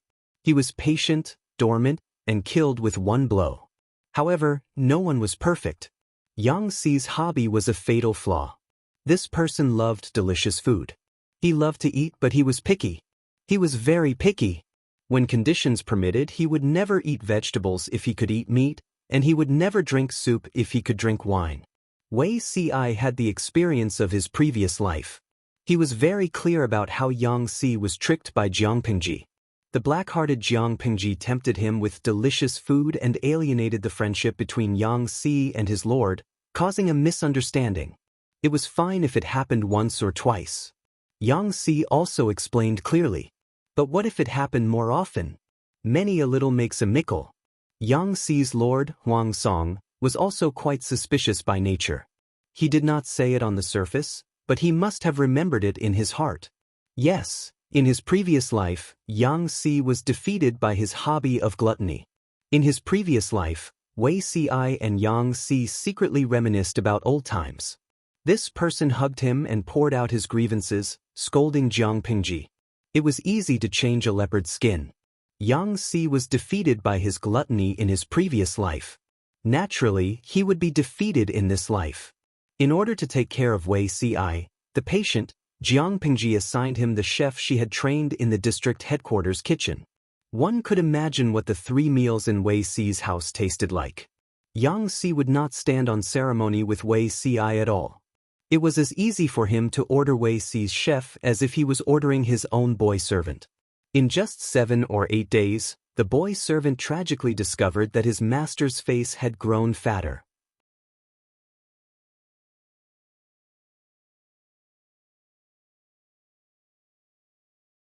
Chapter 5:38. Yang Xi's expression froze and he glared at the boy servant fiercely. Don't say it if you don't know how to speak. Which boy servant bullied his master all day like this kid? The boy servant packed up the clean clothes, folded them neatly into the suitcase, and muttered, "Master is picky about food. He won't eat this or that. He won't stop until he gets what he wants to eat. I don't have the skills of a chef." Yang Xi was stunned and said matter-of-factly, "Then go and learn." The boy servant chuckled, "I also ate some. Such delicious food must be a family skill. Who would be willing to teach outsiders?" If that's the case, it makes sense. By the time Wei Si returned, the moon was already high in the sky. Yang Xi squatted down to wait for him and asked, "Can your family's chef be sold?" Wei Si asked in a puzzled manner, "You mean the residence's chef?" That person was specially rewarded by the Lord because she sympathized with Xi's health. As long as it was a reward, no matter if it was a person or an object, it had a special meaning and naturally could not be sold. Yang Xi said, "Then can you let that chef teach my boy servant culinary skills? I'm afraid I'll starve to death if I get used to eating the food in your residence." Yang Xi never hid his hobbies in front of his best friend. Eating was also a kind of art. Loving to eat was also a way to enjoy life. There was nothing to be ashamed of. Wei Si thought about it and said bluntly, "You can, but the chef's main responsibility is to be in charge of the residence's 3 meals and teaching others culinary skills. I'm afraid this is not his job. If you want to learn, you need to pay for it." Talking about money hurt feelings, and talking about feelings hurt money. Whether it was Yang Xi or Wei Si, both of them were not beautiful white flowers. Who didn't understand each other? Hurting feelings was hurting feelings, but money had to be talked about. Yang Xi's entire fortune was just those 2 boxes of books and some small property. Based on his understanding of Wei Si, this person would definitely demand an exorbitant price. So he decided to strike first and gain the upper hand. "Zixiao, have you forgotten that you still owe me a few strings of money? Just pay it off." Wei Si was stunned for a moment. When did he owe him money? Everyone knew that Yang Xi not only loved to eat but was also stingy. He was not greedy, but the money that entered his pocket could not go out. Attribute Pishio. Yang Xi rummaged through the old debts. The so-called old debts of a few strings of coins originated from a steamed bun worth 1 copper coin back then. Wei Si, sure enough, he still didn't know this friend well enough. How many strings of money could a steamed bun worth of a copper coin roll out of it? After thinking about it, he changed his words and said, "All right, I'll return it to you." Yang Xi was surprised. When did Wei Si become so easy to talk to? When it comes to craftsmanship, I think the small kitchen in the government office is the best. Why don't you send your page boy there to learn for a few days? Yang Xi nodded in agreement. For a foodie, there was nothing more tempting than delicious food. Seeing Yang Xi like this, Wei Si suddenly understood why Yang Xi had been tricked so badly by His Majesty in his previous life. Serves you right. During the time when the page boy went to school, Jiang Pingji found that the food in the small kitchen of the government office was increasing. Even though she had a big appetite, she felt a little bloated after a meal. The key was that the taste of the food was a little heavy, which made her mouth dry. However, her stomach had no capacity. No matter how thirsty she was, she could only hold a mouthful of water in her mouth to quench her thirst. She could not swallow it. She called the chef over and asked. Only then did she know that the menu in the small kitchen was specially instructed by Wei Si. With this reason, Jiang Pingji waved her hand helplessly and sent the chef away. She said with a face full of affection, "Let him be." Just as Wei Si expected, the page boy showed off in front of Yang Xi after learning a little, which aroused the gluttonous worm in Yang Xi's stomach. When he was working the next day, Wei Si heard Yang Xi waiting outside. He looked up at the sky and knew that Yang Xi had come over at mealtime. It was also a unique skill to freeload in such an elegant and refined manner. Because she was busy with government affairs, Jiang Pengji basically stayed in the government office. She also ate there. There were only the two of them in the originally simple and crude government office. Today, a young man with a little baby fat suddenly appeared. Her eyes drifted away and she ate her own food, ignoring the other party. Yang Si also ate as if there was no one else around. His appetite was quite good. In short, the atmosphere was a little awkward. Wei Ci originally wanted to create an atmosphere for the two of them to talk. According to his lord's charm and enigmatic temper, the two of them would not immediately collude with each other, but at least they would hit it off. Now, they had no intention of talking at all. Not only did the three of them feel that the atmosphere was strange, but the audience in the streaming room also noticed the clues. Chun Lai, I came to watch the ruler and his minister eat. Why is there an awkward third wheel? Cool. Maybe it's a newly recruited talent? The streamer's territory is getting bigger and bigger now, and she needs more people. Kojiao Chi Fan. The atmosphere is obviously not right. It feels like the three of them are eating on their own. They don't even make eye contact. Jiang Pingji was under a seal that said, my subordinate is sick and I have to help him work overtime. For the next few days, the scene of the live streaming was in the small government office. The audience in the streaming room was a little tired of watching. The 3 mealtimes every day were their only fun. Watching the streamer and beauty Ci eat, many people could eat a few more bowls. After all, they were good-looking and had an appetite. Who could get used to the sudden appearance of a stranger, Yang Si? For the next few days, Yang Si came to the government office to report for meals. At first, it was just 1 meal a day, then 2 meals a day, and finally 3 meals a day plus various snacks. Jiang Pingji was tired of watching it. She directly said to Yang Si, why don't you stay? It's quite troublesome to report every day. This was the first sentence she said to Yang Si. Wei Ci was shocked when he heard this. His right hand, which was holding the brush, drew a long line on the bamboo slip. No, what was the difference between his lord's words and throwing people away? Recruiting a strategist could not be like this. Especially for someone like Yang Si who was very sensitive about his self-esteem, such ambiguous words were a taboo. If this was said by a friend, it would at most be a joke. If it was said by a stranger, it would be very easy to be judged as mockery. Yang Si was a little unhappy at first, but when he looked up into Jiang Pingji's eyes, he realized that she did not mean to mock or disdain him. She was simply stating a fact. This discovery extinguished the flame that had just appeared in Yang Si's head. What if you don't want to? That's a pity. The food in the government office is only made from the materials that can be found around Fengyi County. It's poor in variety. Compared to delicacies, it's just the tip of the iceberg. Jiang Pingji continued, moreover, if you don't want to, remember to pay for the meals for the next few days. Was he bullying her strategist with compound interest? If he didn't agree, he would be in debt for the rest of his life. Yang Si continued to look at her. And then?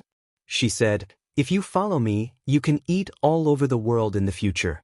If you don't follow me, try to see if you can walk out of this door. Wei Ci's heart was like dead ashes. With his lord's temperament, it was no wonder that the talents in her previous life were all captured. You're tuning in to the Wang Lin's Journey YouTube channel. Don't forget to subscribe and join us on this journey to catch the most captivating stories.